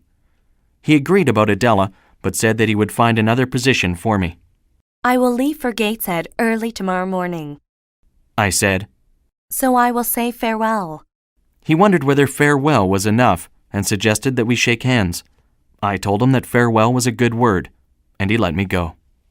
Gateshead was 100 miles away, and I reached it at about 5 o'clock 2 days later. I went to see Bessie and her children in the porter's lodge. She told me Mrs. Reed would be asleep, and I should wait about an hour before going to the house to see her. She gave me a cup of tea and some toast, and we talked about Thornfield and its guests. Then we went to the house, and it was very strange to see that nothing had changed. All the furniture was still there, and even the same books stood on the same shelves as they had when I was a child. Eliza and Georgiana were in the room and stood to welcome me, but they were not very friendly. They would not let me go to see their mother, so I asked Bessie to see if Mrs. Reed was awake and could see me. She was awake, and Bessie took me to her room. She lay in her bed, and her face was pale, but just as hard as I remembered it. When I called her Aunt Reed, and she realized that I was Jane Eyre, her face and eyes grew even harder. "Tell my daughters that I want you to stay at Gateshead until I can talk to you. It is too late tonight, and I am too tired." Then she began to talk about all the trouble that I had caused her and how she wished that I had died of the typhus at Lowood. "I never liked her mother because my husband liked her too much, and I never wanted to take the child, but he made me promise. She was never a nice child, and I could never like her. If the girl could have been more like my own wonderful children, I might have liked her." She continued to talk like this for a few minutes, and I thought I had better leave her. Bessie gave her some medicine to help her sleep, and I went to my room. She was too sick to see me for another 10 days. Eliza had become a very religious person who had a strict routine for every day, but Georgiana was lazy and vain. The two girls hated each other. I spent my time reading and drawing, and one day I drew a portrait of Mr. Rochester. When the two sisters saw it, they admired my drawing, and Georgiana became a little friendlier. She told me all about herself and about the wonderful time she had in London 2 years ago, when she had almost married a lord. She blamed Eliza for preventing it by telling their mother. One wet and windy afternoon, I went to Mrs. Reed's room. There was nobody in the room with her, and she lay very still, reminding me of my dear friend Helen Burns. I listened to her breathing, but something woke her up, and she saw me. I know I am very sick, she said.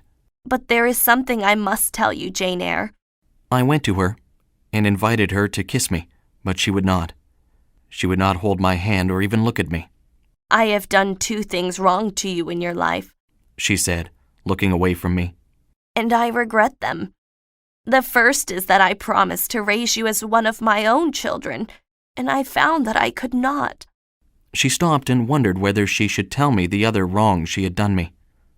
Finally, she told me to get a letter that was in her drawer and read it. It was from John Eyre in Madeira, and had been sent 3 years ago. It asked her to tell him my address. He had been successful in his business, but had never married, so he wanted to adopt me as his daughter and make me his heir. I did not tell you about this letter because I could not bear to think of you doing well when you had said such terrible things to me before you left. I wrote to your uncle and told him that you had died at Lowood. She stared at me with her eyes hard and unforgiving, and in her hatred, she died.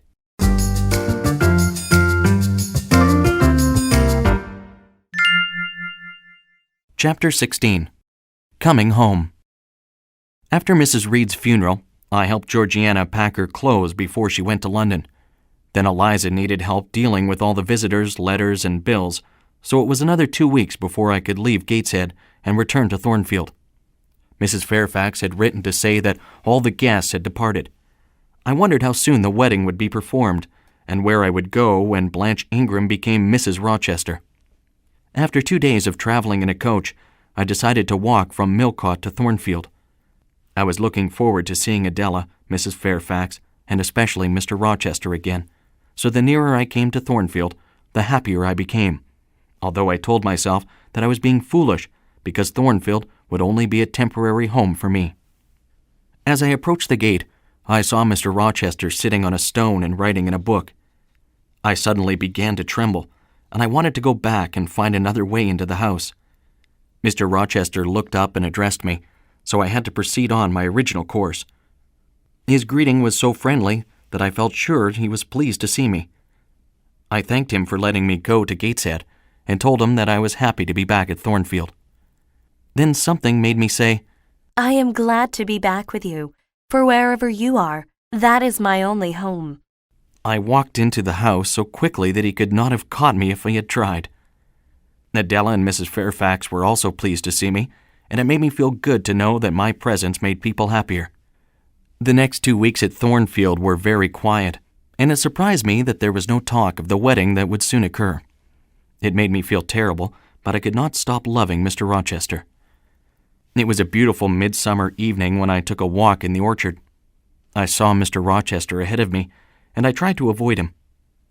Once again he spotted me before I could escape and asked me to come and look at a butterfly that he had caught in his hands. He released the butterfly and then walked with me. I turned to go back to the house, but he asked me to sit with him on a bench under the chestnut tree. Jane, Thornfield is a pleasant house in summer, isn't it? I'm sure you must like it. I assured him that I did. And you must also like Adela and Mrs. Fairfax, I think. Again, I assured him that I did. It's a pity, but that is how it is in this world. When you find a place that you like, a voice calls for you to move to another. I am sorry to tell you that you must leave Thornfield. This was terrible news, but I tried not to let him see how it hurt me. Then you are going to be married, sir? He assured me that he was and reminded me that it was I who had said I would leave Thornfield when that happened. I told him with a shaking voice that I would advertise immediately, but he replied that he had already found a place for me with his future mother-in-law's friend in Ireland, who had 5 daughters. Ireland! I could not believe what I heard. Ireland is very far away and across the sea. I said. Very far from what? From Thornfield and from you, sir. That's true. I am sure that we will never see each other again because I do not like Ireland. But we have been good friends, haven't we, Jane? Sometimes I think that we are very much alike, don't you? I could not answer, but began to weep. I wish I had never been born. I wish I had never come to Thornfield. I love Thornfield because I have lived a happy life here. Nobody has made my life unhappy, as it was at Gateshead and Lowood. I have met somebody with an intelligent mind who understands me. I must leave you, I know, but it is like saying I must die. Why must you leave me? Because you are going to marry. Yes, I am, but you must stay. I must go. Do you think I can stay here and be nothing to you? Do you think that I have no feelings? If God had made me beautiful and rich, I would have made it as hard for you to leave me as it is now for me to leave you. I am talking to you as if we are equals, which in God's eyes we are. Indeed we are, he exclaimed, and took me in his arms and kissed me. Stop! You are a married man, or as good as one, for you will soon be married to a bride who is not your equal, and I know that you don't love each other. You must let me go. I am a free human being with an independent will. Then you must decide your destiny. I offer you my hand, my heart, and a share of all my possessions. Please marry me. I did not believe him, and I thought that he was playing a cruel joke. I told him so, but he said, Jane, I do not love Miss Ingram, and you know it. You also know that she does not love me, but only wants to marry me for my money. It is you that I love, and I beg you to accept me as your husband. At last I dared to believe him, and happily told him that I would marry him. Suddenly the moon was in shadow, and the night grew dark. The wind moaned through the chestnut tree, and we returned quickly to the house as rain began to fall, lightning flashed, and thunder crashed in the sky. Inside the house, Mr. Rochester kissed me again and again. When I looked up, I saw that Mrs. Fairfax was watching with a surprised look on her face. I was too happy to worry about her and ran to my bed. The next morning, Adela told me that lightning had struck the chestnut tree and split it in two.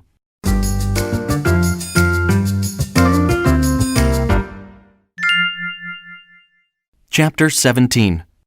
Plain Jane. Was it all a dream? Had Mr. Rochester really proposed to me? It was a beautiful summer morning, and when I went down to breakfast, I knew it was not a dream because Mrs. Fairfax was sad and quiet. She had seen Mr. Rochester kiss me, but thought that he was behaving badly. I wanted to tell her about the proposal, but could not because that task belonged to Mr. Rochester. When I saw him after breakfast, he told me that I would be Jane Rochester in 4 weeks. This made me blush, and then I felt faint. It seemed unreal, like a daydream.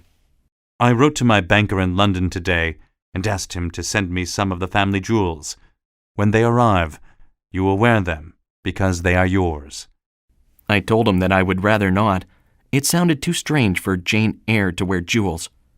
I will put a diamond chain around your neck and put diamond rings on your fingers.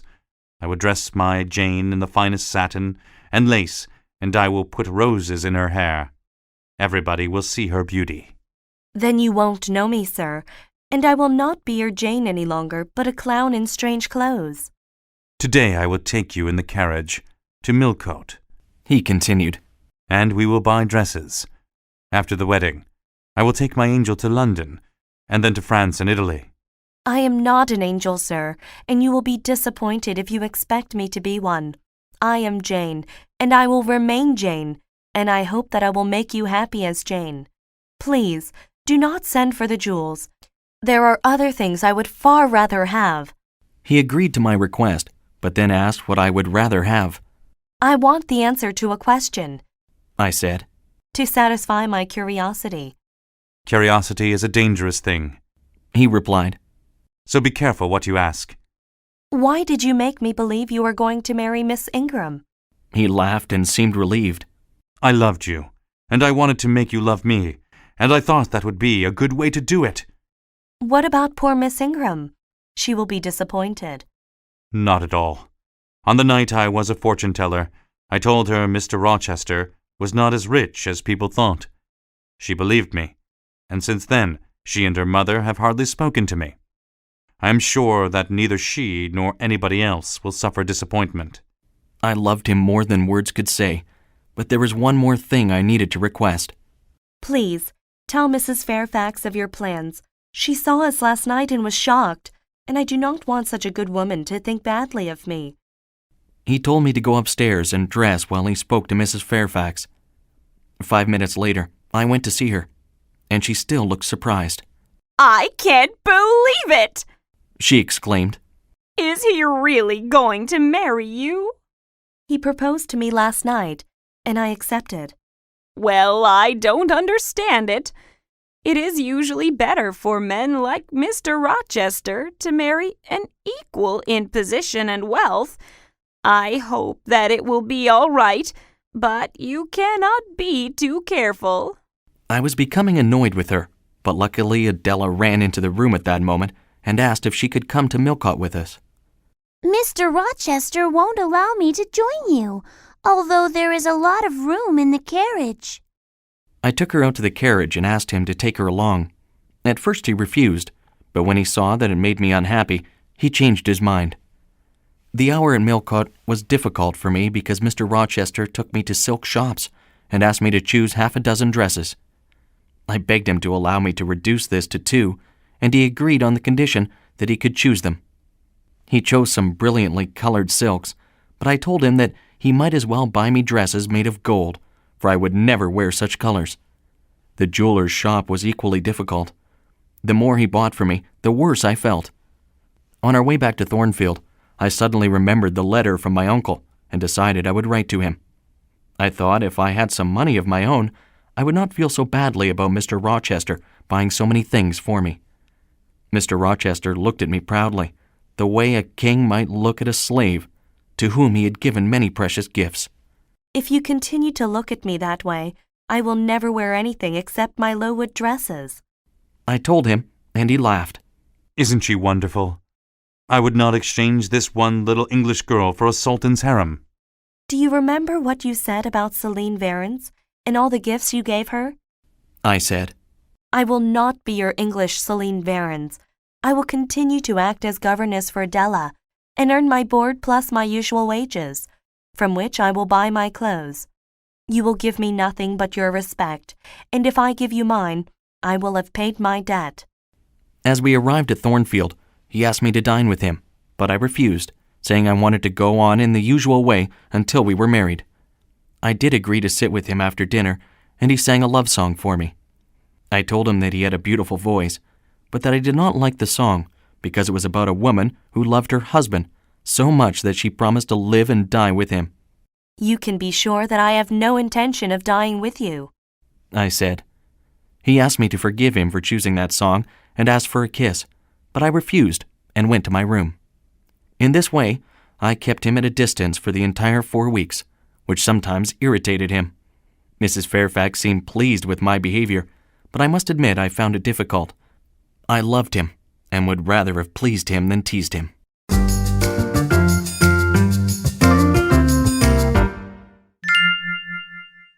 Chapter 18. Before the Wedding. The time passed quickly, and soon it was the night before the wedding. Everything was ready, and the cases for our journey even had my new name on them, Mrs. Rochester. Mr. Rochester was away at a village where he had to do some business. He was due to return but had not arrived yet, and I waited anxiously for him. I had something I needed to tell him.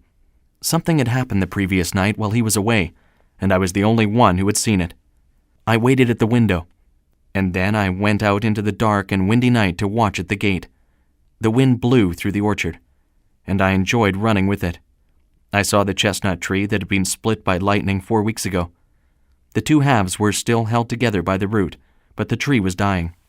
To me, they seemed like two old people whose time of pleasure and love were over, and for whom death was approaching, but who were still together, and therefore not alone in their decay. I returned to the house and lit a cheerful fire in the library, but still Mr. Rochester did not return. I went to the gate again and waited, listening to the wind roar through the trees. I was worried about what had happened last night, and I wanted to tell Mr. Rochester about it, as I thought it was a bad sign. Where was he? It began to rain, and still I waited, and then I decided to walk along the road to meet him. I had not walked far when I heard his horse and saw his dog, and I ran to meet him. He thought it was wonderful that I could not do without him, but then was worried something might be wrong. I told him everything was all right now that he had arrived, but I had been afraid and unhappy without him. When we had returned to the house, and we were both dry and comfortable, I told him what had happened the previous night. Yesterday, I was very busy and very happy, and I wasn't worried about anything at all. In the evening, I went to my room and looked at the wonderful veil that you had bought for me to wear at the wedding. I had to smile when I thought how you had managed to buy me something expensive after all, although I had not wanted any jewels or new dresses. The wind began to blow and I went to the library. I saw your empty chair and wished that you were here. I went to bed but could not sleep. It seemed to me that I heard a dog howling in the distance. When it stopped, I slept, but I had a bad dream. There will be no more bad dreams after tonight, because you will be with me, murmured Mr. Rochester. In this dream, I was carrying a small child down a long and winding road.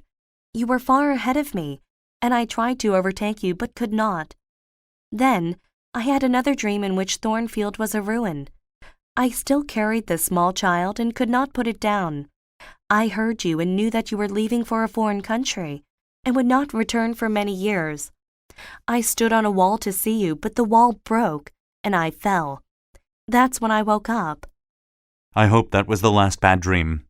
Yes, it was, but that is not the end of the story. When I woke up, I saw a light in the room. Somebody was looking in the closet, in which I had put my wedding dress and veil. I thought it was one of the servants and asked what she was doing. Nobody answered, but the person carried the candle to my bed, and I saw that it was a stranger. It was a tall, ugly woman with long black hair, red eyes, and purple skin. She frightened me very much. She took my veil from the closet, tore it in half, threw both pieces on the ground, and stepped on them. Then she looked out the window, came back to my bed, and looked at me. I was so frightened, I fainted. Who was that woman? I'm sure it was another dream, he replied. I would be very happy to think that too, but this morning the veil lay in 2 pieces on the floor of my room. Mr. Rochester was startled and put his arms around me. Thank goodness it was only the veil that was harmed. I do not like to think about what could have happened. He told me it must have been Grace Poole who had entered my room and behaved in this strange way, and explained that she looked so strange to me because I was still half asleep. I'm sure you want to know why I keep such a strange woman in the house, he continued. But I cannot tell you until we have been married for a year and a day. Then he told me to spend the rest of the night with Adela in her room, and to keep the door locked. I did not sleep that night, and got out of bed as soon as it was morning. It took a long time to dress that morning, and Mr. Rochester became impatient, constantly calling for me to hurry. The minister will be there at 8 o'clock, he reminded me. The church was not far from Thornfield, and after checking that everything was ready, Mr. Rochester took my hand, and we walked there together. He had a very determined look on his face, and walked so quickly that I was soon out of breath. We rested at the gate to the churchyard, and I saw 2 men looking at the graves. When they saw us, they went into the church, but Mr. Rochester did not see them. We entered the church alone. Mr. Rochester had not invited any guests, and the only people in the building were the minister, the clerk, and the 2 men at the back of the church, whom Mr. Rochester had still not seen.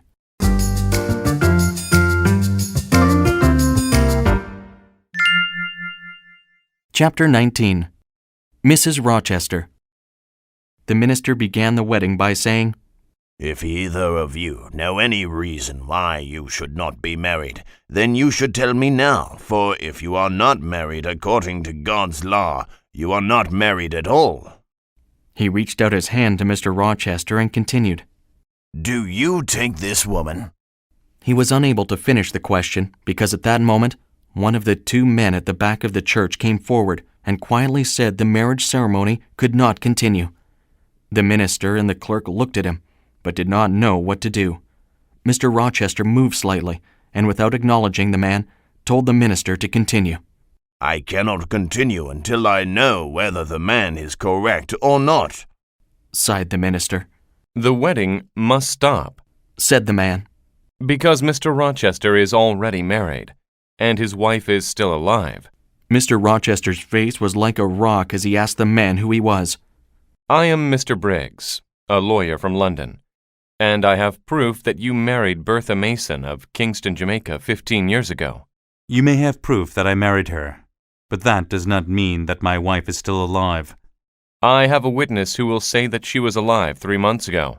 Please step forward, Mr. Mason. At the sound of this name, Mr. Rochester trembled. Every muscle in his body seemed to harden as he turned and glared at Mr. Mason. Mr. Mason turned white and took a step back before saying, I know that Mrs. Rochester is alive and living at Thornfield because I saw her there myself 3 months ago. All right, said Mr. Rochester. There will be no wedding today. I planned to be a bigamist, but I have failed because brave little Mr. Mason has stopped me. I married his sister 15 years ago, but her family tricked me into the marriage by hiding the fact that she comes from a mad family and is mad herself. You can come to the house and see her, and then you will understand why I wanted to marry this wonderful girl who stands by my side today. We all walked to the house and up the stairs to the 3rd story. Mr. Rochester unlocked the door of the room I had seen when Mason was attacked. Then he unlocked the next door, and inside the room I saw Grace Poole and the woman who had entered my room 2 nights ago and torn my veil in half. When she saw Mr. Rochester, she ran at him and attacked him, but he held her arms until Grace Poole could tie her up. She has been difficult to care for today, said Grace, and she has been very restless. Mr. Rochester told her that he was not surprised and then turned to the 3 men. This is Mrs. Rochester, he said, pointing at the woman who stared at them and struggled with her ropes. Can you blame me for wanting a different life with a different wife? Mr. Mason, the solicitor, and the minister looked at her in horror and quickly left the room. I went with them, and the solicitor told me that he knew I was not at fault. Your uncle will be glad to hear it, if he is still alive when Mr. Mason returns to Madeira. My uncle? What has he to do with this? Do you know him? Mr. Mason knows him. When Mr. Eyre received your letter telling him you were about to marry Mr. Rochester, he mentioned it to Mason, because he was aware that Mason knew the Rochester family. Mr. Mason was surprised to hear the news, and told your uncle about Mr. Rochester's marriage to his sister. Your uncle, who is too sick to come to England, asked Mr. Mason to stop the false marriage if he could. The gentleman left Thornfield, and I went to my room. I could not cry, but began to slowly take off my wedding dress and put on my old clothes, although I thought I would never wear those clothes again. Then I sat down at a table, put my head on my arms, and tried to think about what had happened. In the middle of all my happiness, hope had been taken away, and all my dreams were destroyed. I could not turn to Mr. Rochester for comfort because he was not who I thought he was, and he did not really love me. I wanted to be dead. I stayed there for many hours, and the sun was setting when I finally raised my head and asked myself what I was going to do. My brain told me to leave Thornfield immediately, but my heart told me I could not leave Mr. Rochester. A voice inside me said that I could do it, and I must, so I stood up. I had not eaten all day, and nobody had come to my room to ask how I was. Nobody wants to be my friend now, I thought, and went to the door. I opened it, but I was so weak that I fell. Fortunately, an outstretched arm caught me. I looked up, and there was Mr. Rochester sitting on a chair in the doorway. You have come out at last, he said. I have been waiting and listening a long time. I have heard no movement, nor any crying. I wish you would have come to me and shouted at me for what I have done, but I see that you have not cried at all. I looked at him, but could not speak or cry, so he continued. Jane, I never meant to hurt you. You are more precious to me than words can say. Can you ever forgive me?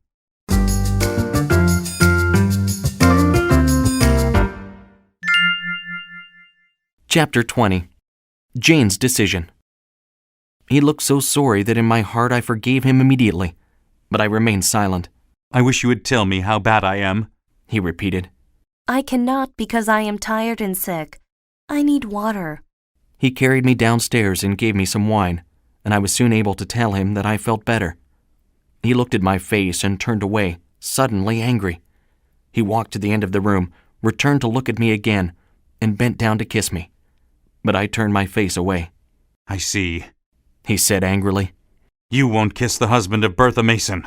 There is no room or place for me here anymore. If you say this only because I already have a wife, you must think badly of me. It must seem to you that I trapped you and tried to rob you of your self-respect. Do you think I only pretended to love you? I remained silent, so he continued. You will not speak because you think that speaking is of no use. You want to act. I know you, and you are planning to destroy me by becoming like a rock to me. Everything has changed, and I must change too, I replied. Adela must have a new governess. He told me he had already decided to send Adela to a school, and we would not stay at Thornfield. I should never have brought you here knowing that a mad woman lived on the 3rd story, and I should never have kept her presence a secret from you. I will pay Grace Poole to look after her, but I shall shut up Thornfield and hope never to see that awful woman again. It is not her fault she is mad, and you should not hate her for it. I do not hate her for her madness. If that is what you think, you don't know me or the love of which I am capable. If you are as mad as her, I would love you no less than I love you now. He told me that he had a house in France and would go there. But when he suggested that I go with him, I shook my head. Please, listen to me, he said. This is very frustrating. You only need to agree, and we can live happily for our whole lives, as we had planned. Why will you not agree? I cried. The tears came at last, and I welcomed them. His voice softened as he said, I am not angry, Jane, but I love you so much that I cannot bear to look at your hard face. Don't you love me? Are you no better than Blanche Ingram, who only wanted to marry me for my money? This hurt me. I do love you, and more than ever, but I cannot show it, and this is the last time I can say it. I must leave Thornfield and Adela, and begin a new life with new people. We can begin a new life together in France, where nobody knows of my past.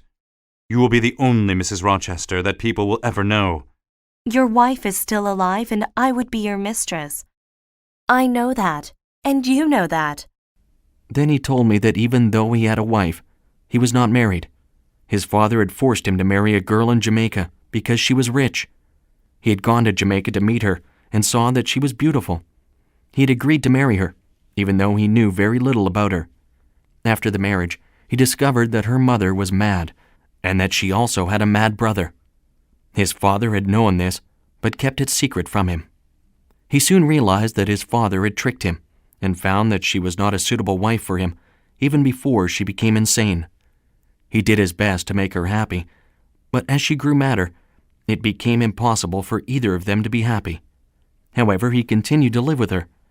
One very hot night, he was woken by her shouts and screams, and did not know what to do. His life was hell, and he could see no way of escape. He thought of shooting himself, but the moment passed. Suddenly, the wind became cooler, and he made a decision. I decided to return to Europe, where nobody knew of my marriage to this mad woman. I would take her with me and look after her, but I would keep her locked in a room and tell nobody about her. I decided she was not my wife, and I was not her husband. He brought her to Thornfield and hired Grace Poole to look after her. She and Dr. Carter were the only people who knew that the mad woman was his wife. Then he went to Europe to look for an intelligent woman that he could marry. But you could not marry, I said. I had decided that I could and should. I did not intend to deceive anybody, but to tell my story to whoever I chose. I expected they would understand, and if we truly loved each other, my first marriage would not be a problem. I looked all over Europe, but could not find a woman to love. I became lonely and was tired of the company of mistresses. the first of which was Celine Varens. She was followed by 2 others, an Italian and a German. They were not my equals, and I tired of them. Now I hate them when I think of them. That's what would happen to me if I became your mistress. I thought, but did not say. Mr. Rochester continued. Then you came along. I knew from the first night that you were my equal, and it was only a short time before I realized that I had unexpectedly found the woman I sought. I know that you love me, Jane. Say that you will be mine. Mr. Rochester, I will not be yours. He took my hand and kissed my forehead and cheek. Do you really mean it? I do, not because it is a sin to love you, but because it would be a sin to obey you. You will destroy me because I cannot live without you. I will not destroy you any more than you will destroy me. You will forget me before I forget you. There is nobody who will hate you or lose respect for you, for you have no family. Therefore, you can do as you please. That was true, and I thought about it for a moment before realizing that I had to respect myself and that I would not be able to do this if I lived with him, while his wife was still alive.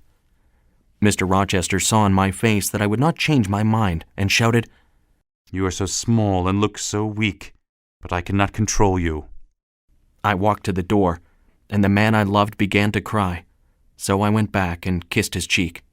May God reward you for your past kindness to me, I said, and left. I slept well that night. Early the next morning, I took the things I had brought to Thornfield and 20 shillings, which was all the money I had, and crept out of the house before anybody else was awake. I almost turned back when I thought how sad Mr. Rochester would be when he found I had gone, but I continued walking toward the road, with tears running down my cheeks.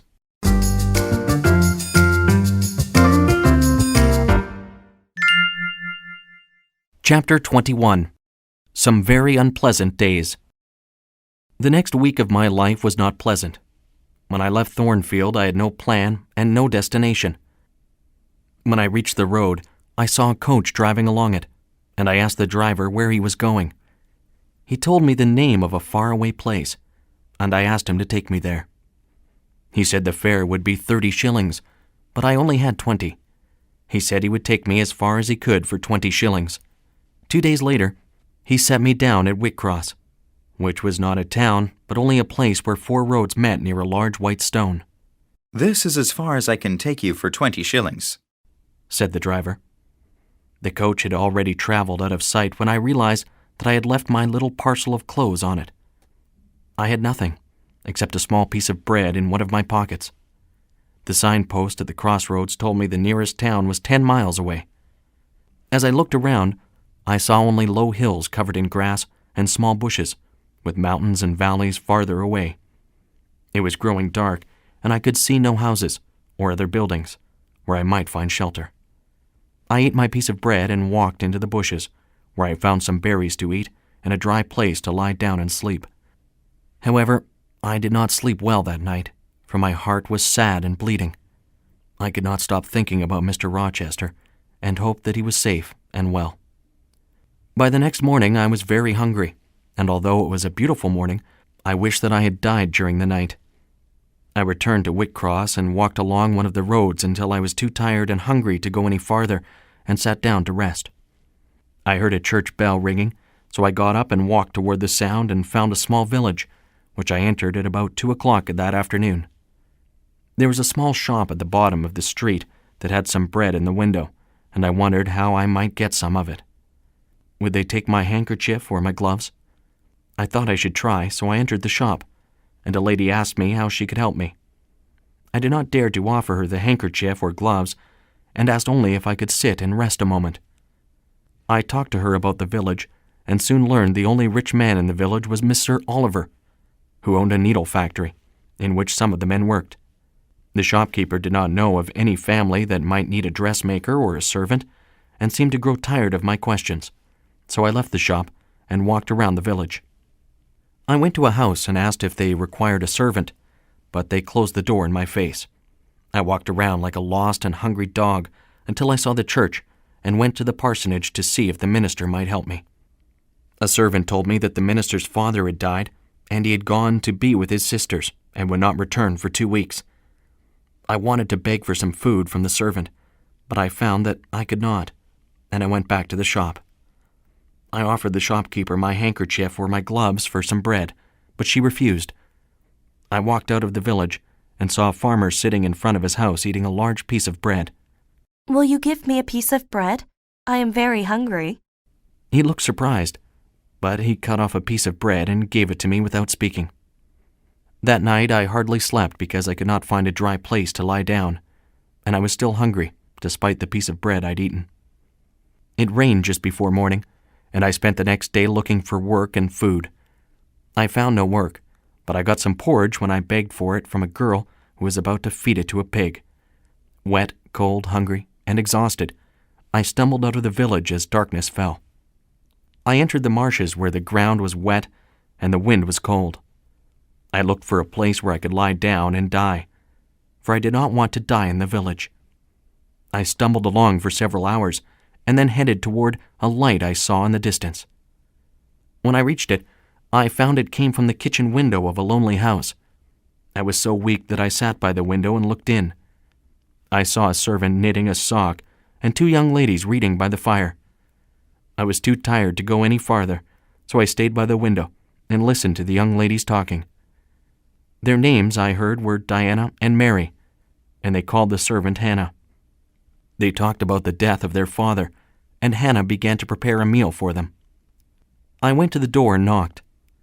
When Hannah opened the door, I asked if I could speak to one of the young ladies, but she would not let me. Please, let me sleep somewhere. I begged. Instead, she gave me a penny, told me to go away, and closed the door. I sank to my knees. I can only die, I said aloud. So let me wait here for God. Everybody must die, said a man's voice. but they do not have to die as miserably as you will if you stay here. The man took me into the house with him and asked me about myself. I was too weak to tell them very much, except that my name was Jane Elliott. I didn't want to tell them my real name because I was ashamed, and that I had no friends or family and no place to live. They gave me something to eat and drink and put me into a bed, in which I was soon asleep.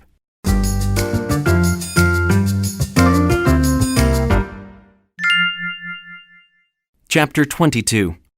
Jane Makes Some New Friends. I spent the next 3 days in that bed while Diana and Mary looked after me and fed me carefully. When I was able to get out of bed, they told me I was at Moor House, and the man who had brought me into the house after Hannah had locked me out was their brother John Rivers, the minister at the village church. He was not as friendly as his sisters, but when I repeated that I had neither home nor friends, he promised me he would try to find me some employment in the village, which he said was called Morton. Hannah apologized for refusing to help me, and we became friends. She told me that the Rivers family was an old family and was once richer than Mr. Oliver in the needle factory, but they had lost most of their money. When John Rivers wanted me to tell him where I had come from and why I had nowhere to go, I told him that I was very grateful for his help, but that I could not tell him where I had been or why I had departed. My father was a clergyman, but both my parents died before I knew them, and I was sent to Lowood School. I was there for 8 years and became a teacher there, before going to the house I have just left. I was happy at that house, but I suddenly had to leave. It would be dangerous and useless to tell you the reason, and it would sound unbelievable. But I can tell you that I did nothing wrong. I should also tell you that my name is not Jane Elliott, but I will keep my real name a secret, because I do not want to be found. I will do any kind of work that you can find for me. I enjoyed the friendship of Diana and Mary very much. We all liked to read the same kinds of books and shared many opinions. They were both governesses with rich families in a large city and knew much more than I did. However, they admired my drawing, and I gave them some lessons. In return, they gave me lessons in German, which they were studying. I could not say I was happy, because I struggled constantly to forget Mr. Rochester, but at least life at Moor House did not make me more miserable. John spent most of his time visiting sick and poor people, even when the weather was cold or wet, and he was seldom home. It seemed to me he was a very determined man who made up his mind to do certain things and was not to be distracted. When I was well enough, I went to the church and heard him preach, which strengthened my opinion of him as a determined man. Despite this, he was restless and sometimes unhappy. A month passed, and the two sisters were soon to leave the house and return to their positions. I wanted to ask John about any work that he might have found for me, but I was nervous about it. I was happy when he came to me one day and began the conversation himself. He told me that he had found something for me to do 3 weeks ago, but had not told me because his sisters and I appeared to be so happy that he did not want to see me leave at that time. 2 years ago, I established a school for boys in Morton, he said. I will soon leave the village now that my father is dead, but before I go, I want to establish a school for girls. I have rented a building and a 2-roomed house for the teacher, who will receive £30 a year as her salary. The house is already furnished, and although I am sure you are used to a better life than you can live here in the village, I hope that you might accept the position. I told him that I would be very happy to accept the position, but he was worried that it would not satisfy me. You will not need all your talents for this work, because the girls in the village have never been to school before, and you will spend all your time teaching them simple things. How will you keep your mind active if you do not have any greater challenges? He shook his head at me as he said, You will not stay in Morton for long, because it will not satisfy you, just as Morton cannot satisfy me. I preach about contentment, Miss Elliot, but I am very restless. I must find a way to satisfy the nature that God has given me, and you will face the same problem. When I repeated my acceptance, he smiled, a sight which I had not seen before. We agreed that I would move to my new house the next day and open the school the following week. Later that day, I was talking to Diana and Mary when John came in with a letter and a sad face. Our Uncle John has died, he said, and gave them the letter to read. Each of the sisters read it and smiled sadly. At least we are no poorer than we were before, said Mary. That's true, replied John as he folded the letter and put it away. But it also reminds us of what might have been. You will think we are very strange, Jane, said Diana, because our uncle has died and we are not sad. However, we have never known or met this uncle. He was our mother's brother, and he quarreled with our father many years ago. It was through his advice that our father lost so much of his money. Our uncle was more successful later, but he never married and has no relatives, apart from us and one other person. We had always hoped that he would leave his money to us, because he is quite rich, but this letter tells us that he has left all his money to his other relative. It would have been useful to have received even a small amount of money, and that is why we are disappointed. The next day, I left the house to go to my own little house at the school, and the two sisters left the day after that to return to their governess positions. A week later, John Rivers also left the house with Hannah and returned to the parsonage in Morton, and Moor House was left empty.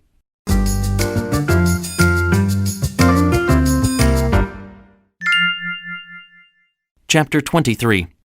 The Village School Teacher. My new home was a small house, but it was big enough for me. It did not have much furniture, but I didn't need anything else. It had a table and 4 chairs, a bed and some cupboards. I didn't have much to put in the cupboards, although Diana and Mary had given me some clothes and other things that a lady needs to have.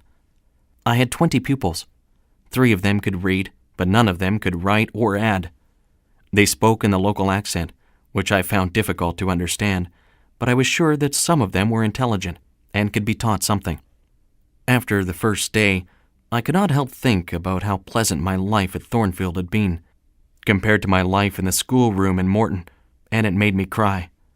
I told myself I should not think like that, but be grateful that I could earn my own independent living. I stood at the door of my little house, looking out over the fields toward Morton, which was about half a mile away. The only buildings visible were the church, its parsonage, and the hall where Mr. Oliver lived with his daughter. As I stood there, John Rivers arrived with some pencils and paper for my drawing. He could see that I had been crying and thought I did not like the house or the pupils, but I was quick to tell him that I liked both the house and the pupils very much and was very grateful to have them. He told me that a year ago he was very miserable because he was bored with his work in the church, but he was happier now because he had decided to become a missionary. His father had not agreed, but now that his father had died, there was nobody to stop him. As he spoke, a very beautiful young lady arrived and greeted him. She was the most beautiful girl I had ever seen, and it did not take me long to see that John Rivers loved her, though he tried to keep that love a secret. She told me she had helped to furnish the house and wanted to come and help me teach sometimes. Her name was Miss Rosamond Oliver, and she teased poor John Rivers all the time.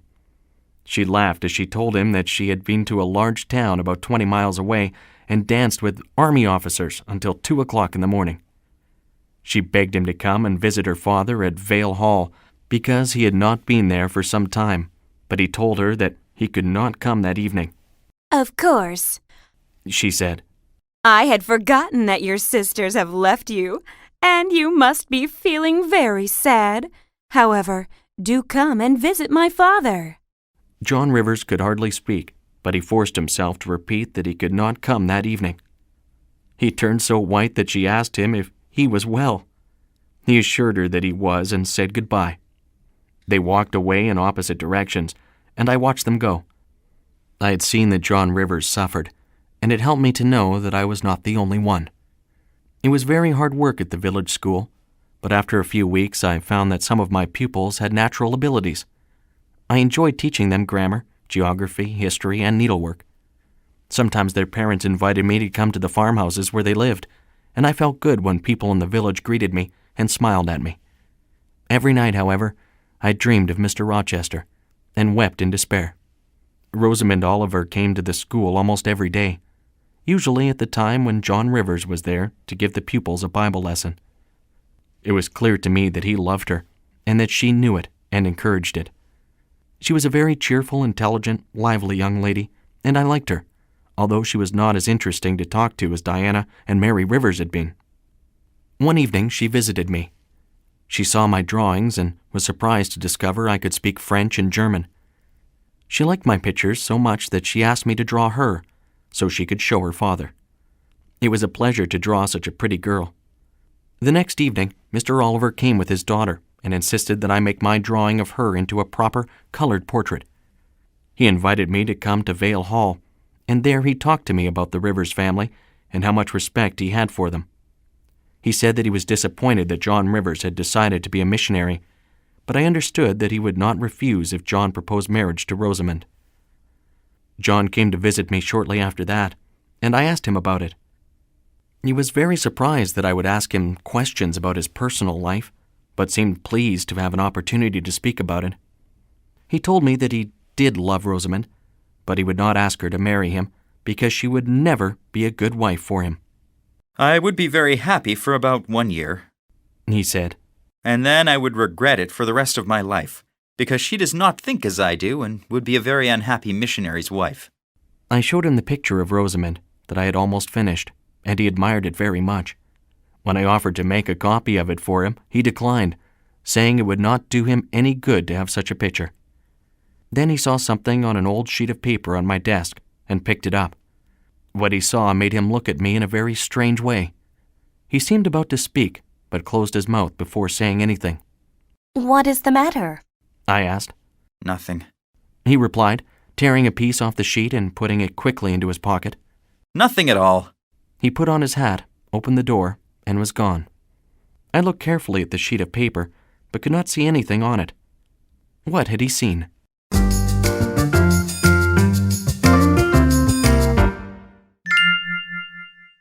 Chapter 24. Secrets and Surprises. I was reading poetry in my room while the wind blew and the snow fell in the darkness, when I was surprised by a knock on the door. It was a day after John Rivers had taken that piece of paper. He had returned, wet and cold, but as strong and determined as always. At first, I thought he must have bad news, but he told me not to worry so much. I asked him why he had come, and he told me he wanted to talk to me. Then he sat down by the fire and didn't say very much at all. I wish Diana and Mary would come and live with you and look after you, I said. I don't need them to look after me, was his reply. And again he became silent. I returned to my book of poems, but it was difficult to read with him sitting there and looking at me. He took a letter out of his pocket, read it, and put it back. At last, he asked me to put away my book because he wanted to tell me a story. 20 years ago, a poor clergyman fell in love with a rich girl, and they married against her parents' wishes. 2 years later, they were both dead, leaving a daughter who was raised by a rich aunt-in-law called Mrs. Reed of Gateshead. She kept the child for 10 years before sending her to Lowood School, where she was a good student and then a good teacher. She left Lowood to become governess for a young girl who lived with somebody called Mr. Edward Rochester.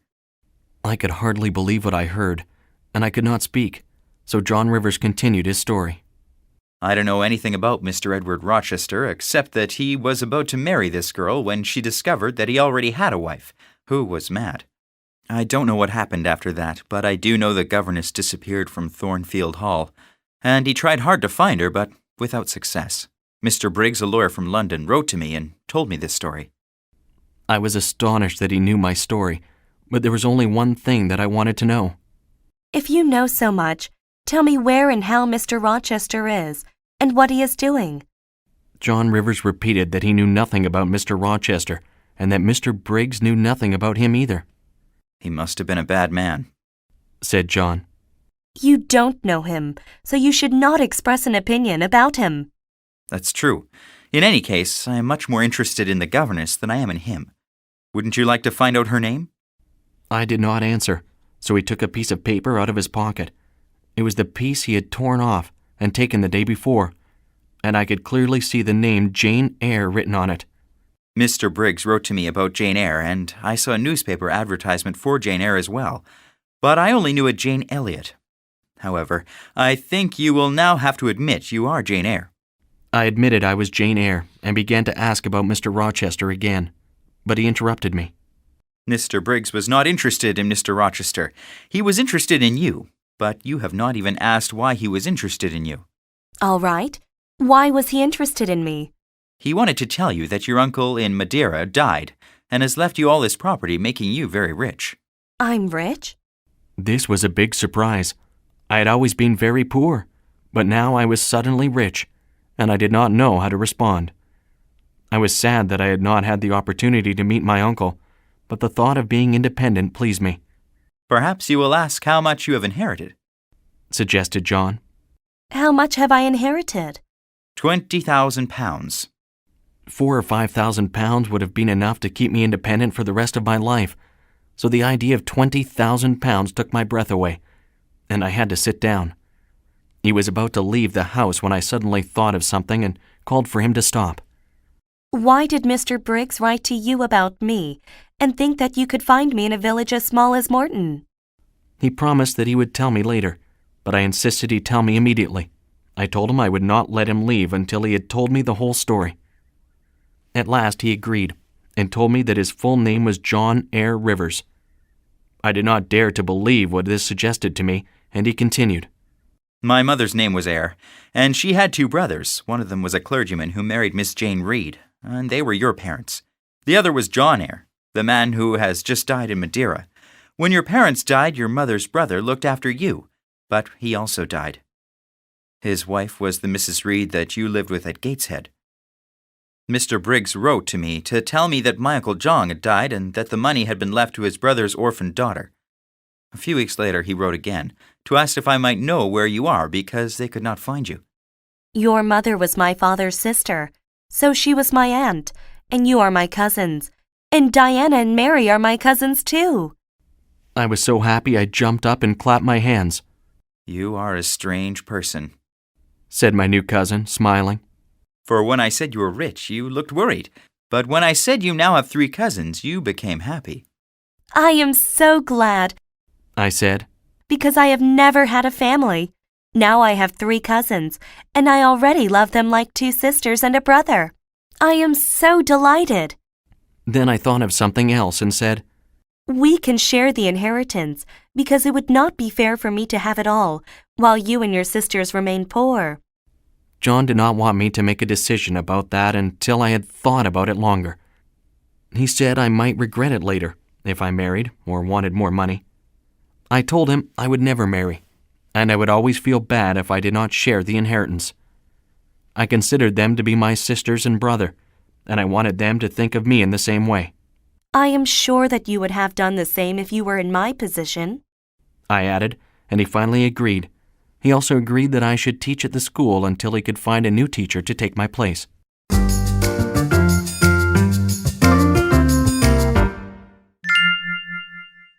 Chapter 25. A Difficult Decision. At Christmas time, I closed the school, which had grown to 60 pupils, for a holiday and returned to Moore House, taking Hannah with me. We worked very hard to make it clean and cheerful, and I bought some new furniture for it. John was not very pleased. He did not want me to waste my talents doing housework when I could be helping poor people to improve themselves by being their teacher. Diana and Mary came home from their governess positions. They were delighted at the changes I had made in the house, but John took no notice of what I had done. He visited his poor and sick people and read his books when he was home.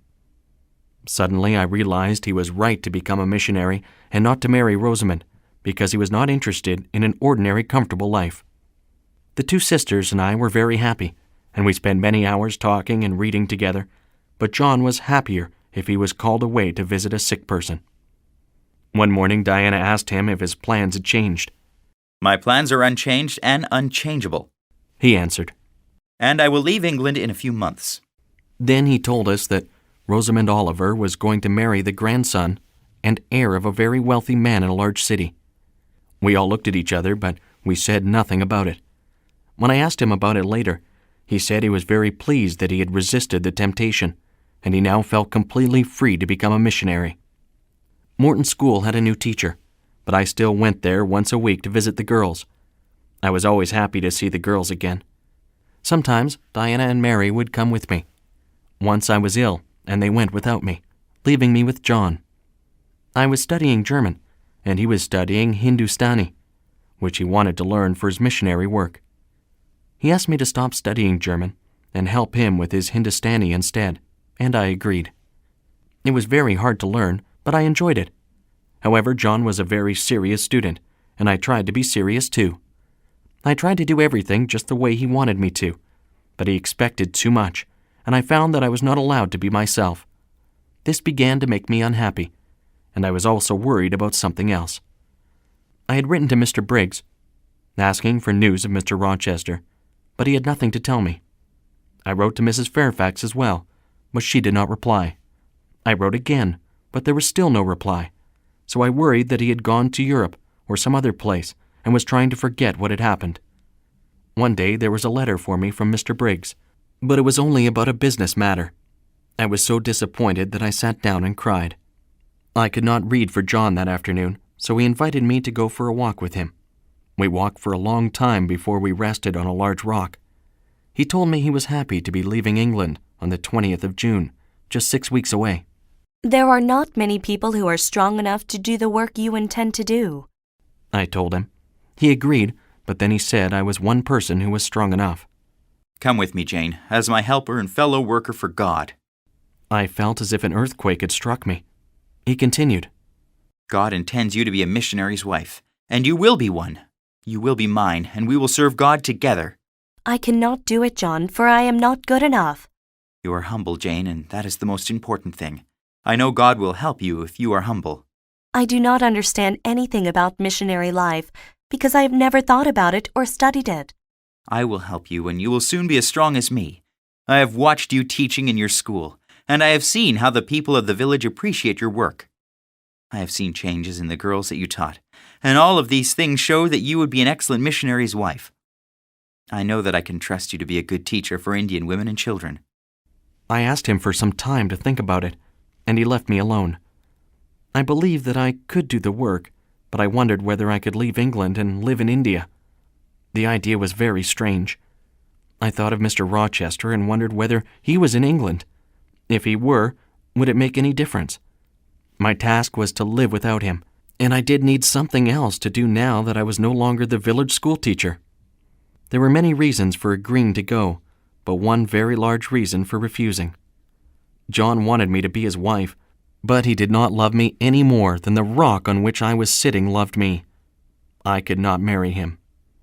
I went to him and told him that I would go to India with him, but as his sister, rather than his wife. he would not agree. Marriage is the only practical solution, He argued. and I'm sure you will agree if you think about it. I will give my missionary brother all my energy and all my work, but I cannot give him myself. I replied. I could not imagine myself as his wife. We cannot go to India as brother and sister. People would be suspicious, and this would hinder our work.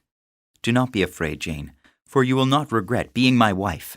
I reject your idea of love, and I reject you when you offer it.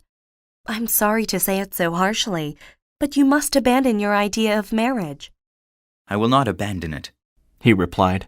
I am going to Cambridge tomorrow, and I will return in 2 weeks. Think about it until then, but remember that if you reject me, you are rejecting God's will.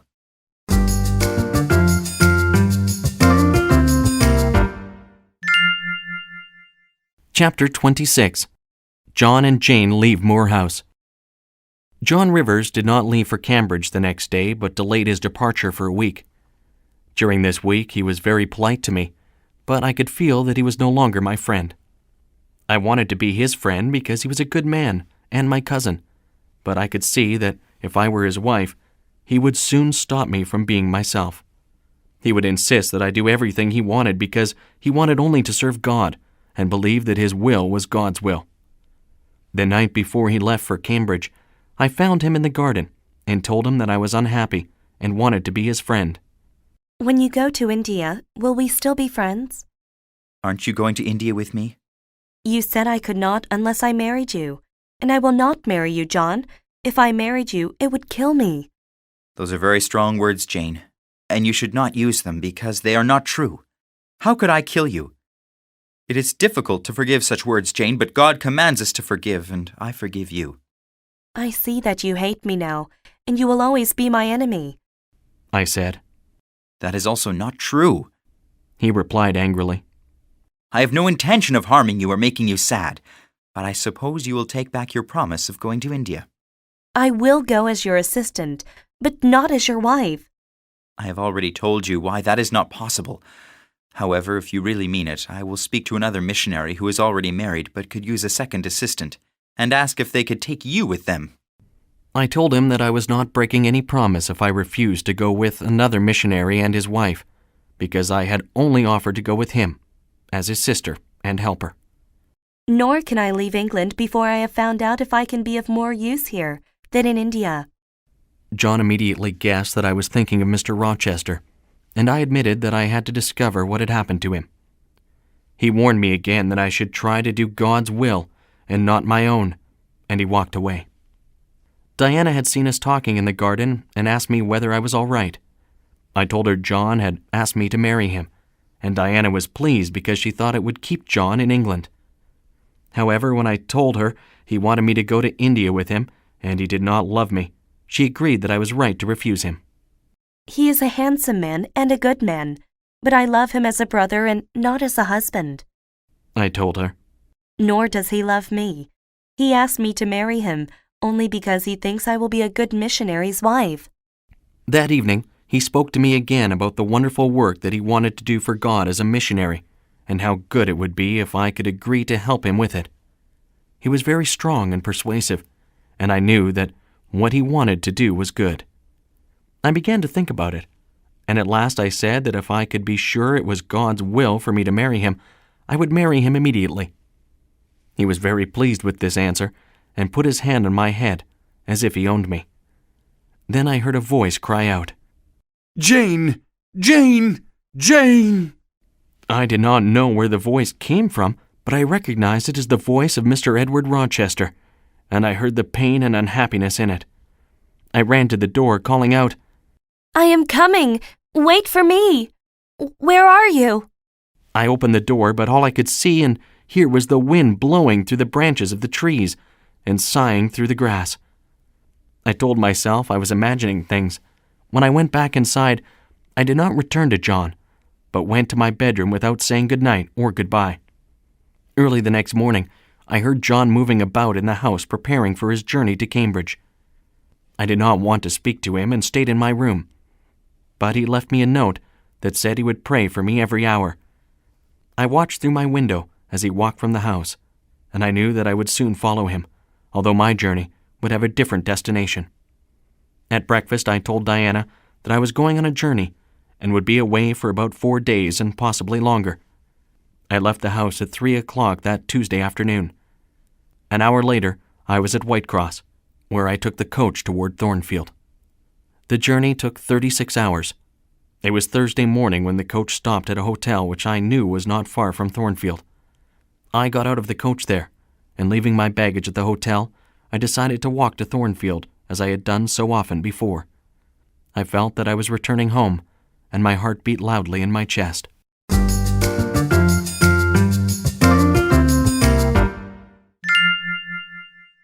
Chapter 27.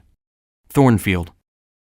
The distance was 2 miles, and I found myself walking quickly and sometimes even running, although I knew it was foolish because it was unlikely that Mr. Rochester would be at Thornfield, and even if he were, I could not speak to him. Why had I bothered to come?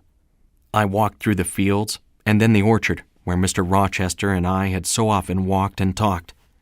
As I came closer to the house, I slowed down. I was not sure what I would do if Mr. Rochester saw me.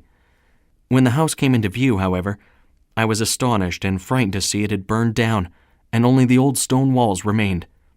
What had happened, and where was Mr. Rochester now? Had he died in the fire? Or had he traveled to Europe? Where were Adela and Mrs. Fairfax? I had to know the answers to these questions, so I hurried back to the hotel and asked the landlord if he knew what had happened at Thornfield. "I used to work at Thornfield," he began, "as the late Mr. Rochester's butler." The late Mr. Rochester? Is he dead? I could hardly breathe. "I mean the present Mr. Rochester's father," he answered, and this made me glad because it meant that Mr. Rochester was alive, wherever he was. Then he told me about the fire that had burned Thornfield Hall the previous fall. "Mr. Rochester had a mad lady in the house, but he kept it a secret, and only a few people knew about her. Nobody knew who the lady was until Mr. Rochester tried to marry his governess, and then we discovered that the mad woman was his wife. This woman was looked after by a lady called Grace Poole, who stayed with her all day and night, but sometimes the mad woman escaped from her room and caused a lot of trouble. People say that she once tried to burn Mr. Rochester while he slept in bed, but I don't know if that's true. The governess ran away when she found out about the mad wife, and Mr. Rochester searched everywhere for her but could not find her. He sent his housekeeper, Mrs. Fairfax, away, and he sent the young girl to school, so he lived there almost entirely by himself." Didn't he leave England? I asked, surprised. "No, in fact, he would hardly leave the house. He was so upset about the governess who ran away, and was waiting for her to return." What about the fire? How did it start? The mad wife escaped from her room on the night of the fire. She set fire to the curtains in the governess's room and then ran through the house lighting other fires. Mr. Rochester woke up and got the servants out of bed and sent them outside to safety. Then he went upstairs and tried to save his wife, but she ran up to the roof and began to shout things in a strange language and waved her arms about wildly. I saw her myself. She was a large woman with long black hair. Mr. Rochester climbed up to the roof and called out her name, "Bertha!" But she jumped from the roof and was killed. As Mr. Rochester was coming down the stairs, part of the burning house fell on him. One of his eyes was knocked out, and one hand was so badly burned that the doctor had to amputate it immediately. The other eye became infected, and he lost his sight in that eye too. Now he is totally blind. Where is he now? Where does he live? He lives at Ferndean, a small house that he owns about 30 miles away. He lives there alone, apart from 2 of his oldest servants. I asked him if he had a carriage, and when he said he did, I promised to pay twice the usual rate if he would take me to Ferndean immediately. It did not take him very long to prepare the carriage and find a driver. The driver helped me put my baggage on the carriage, and then I boarded it and told him to hurry. I was impatient to see Mr. Rochester. Ferndean was smaller than Thornfield, but still of considerable size. It was a very old house and was surrounded by trees, which made it very dark. I knew about the house because Mr. Rochester had often talked about it and explained that his father had bought it so that he could hunt in the grounds. No one had ever lived in the house. Only a couple of rooms had furniture in them, and these rooms were used when hunting parties were held there. It was a long walk on a narrow path from the gates, but at last I stood in front of the house. It was very dark and still, and I wondered if there was any life in it.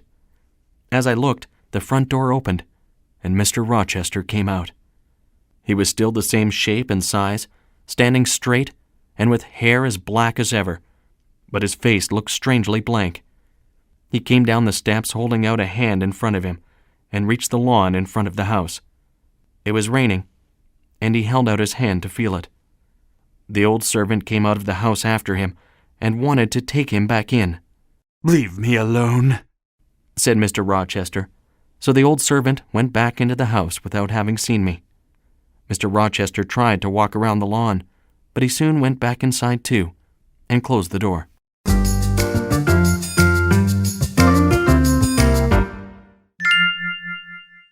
Chapter 28. Ferndean. I went slowly to the door and knocked, and Mary, the old servant's wife, opened it. She recognized me immediately and was very surprised to see me. I sat down and talked with her and her husband. Don't tell Mr. Rochester that I am here yet, I said, and asked her to prepare a room for me so I could stay that night. When the servant's bell rang, she told me it was time for Mr. Rochester to have his drink of water. She put a glass on a tray together with a candle. He always has a candle at night, even though he is blind, she said. I took the water and the candle and carried them to Mr. Rochester's room myself. Of course, he could not see me, but Playlet, his dog, could, and he jumped up and almost knocked the tray out of my hands. Mr. Rochester thought it was Mary who gave him the water, but when he heard me tell Playlet to lie down, he asked, "Is that you, Mary?" Mary is in the kitchen, I said. He waved his arm, asking, "Who is it? Who's there?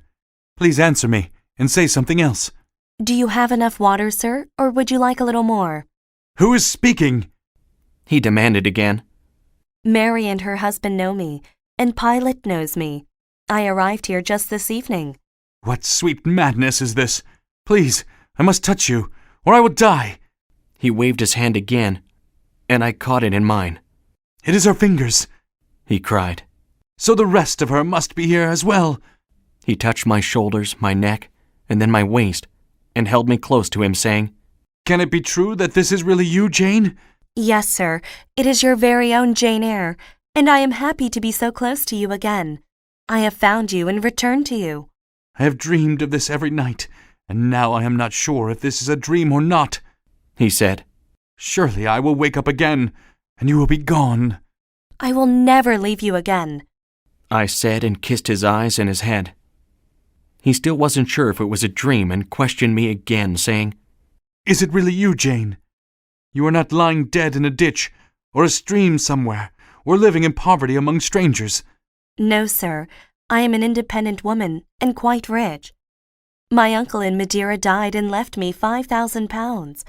So if you will not let me stay with you, I will build a house nearby and come to see you every day. It was a very happy evening for me, but he still had some questions which needed answers. In the next few days, I gradually told him about my life since I had left Thornfield and how I had found a family as well as a fortune. When he heard about John Rivers, he was worried that I might still want to marry him. John Rivers, after all, was not blind, still had 2 hands, and was young and handsome as well. He is certainly more handsome than you, I replied, laughing. But although he asked me to marry him and go to India with him, he does not love me, nor do I love him. He laughed too, but growing serious told me that I should do better with my life than to look after a blind man with only 1 hand. You will have to push me out the door, I told him. Because I will not leave you of my own will. "Then will you marry me, although I am blind and need so much help?" I will. He kissed me and told me a few nights earlier. He was sitting by the window thinking about me, and he called out my name 3 times. He continued to explain what had happened, saying, "The strange thing was I heard your voice saying you were coming, and I should wait for you, and asking where I was." He was talking about Monday night, at the very time I heard his voice at Moor House, and answered him with those same words. I did not tell him about this because it would seem too difficult to believe, but I knew in my heart that I had heard him, and that he had heard me.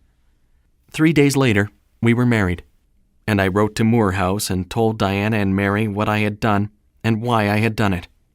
I also wrote to John, but he did not reply. Mary wrote to say that she would come to visit me after our honeymoon. When I read the letter to Mr. Rochester, he laughed and said, "She had better come before then, because I think our honeymoon will last all our lives." John Rivers wrote to me 6 months later from India, and has written to me frequently since then, but he has never mentioned Mr. Rochester's name. I visited Adela at school and paid for her to go to a school that was closer to Ferndean, where I could visit her more often. Mr. Rochester's infected eye healed a little, and he is now able to see, although not very clearly. He was able to see clearly enough, however, to notice that our first baby looked like him.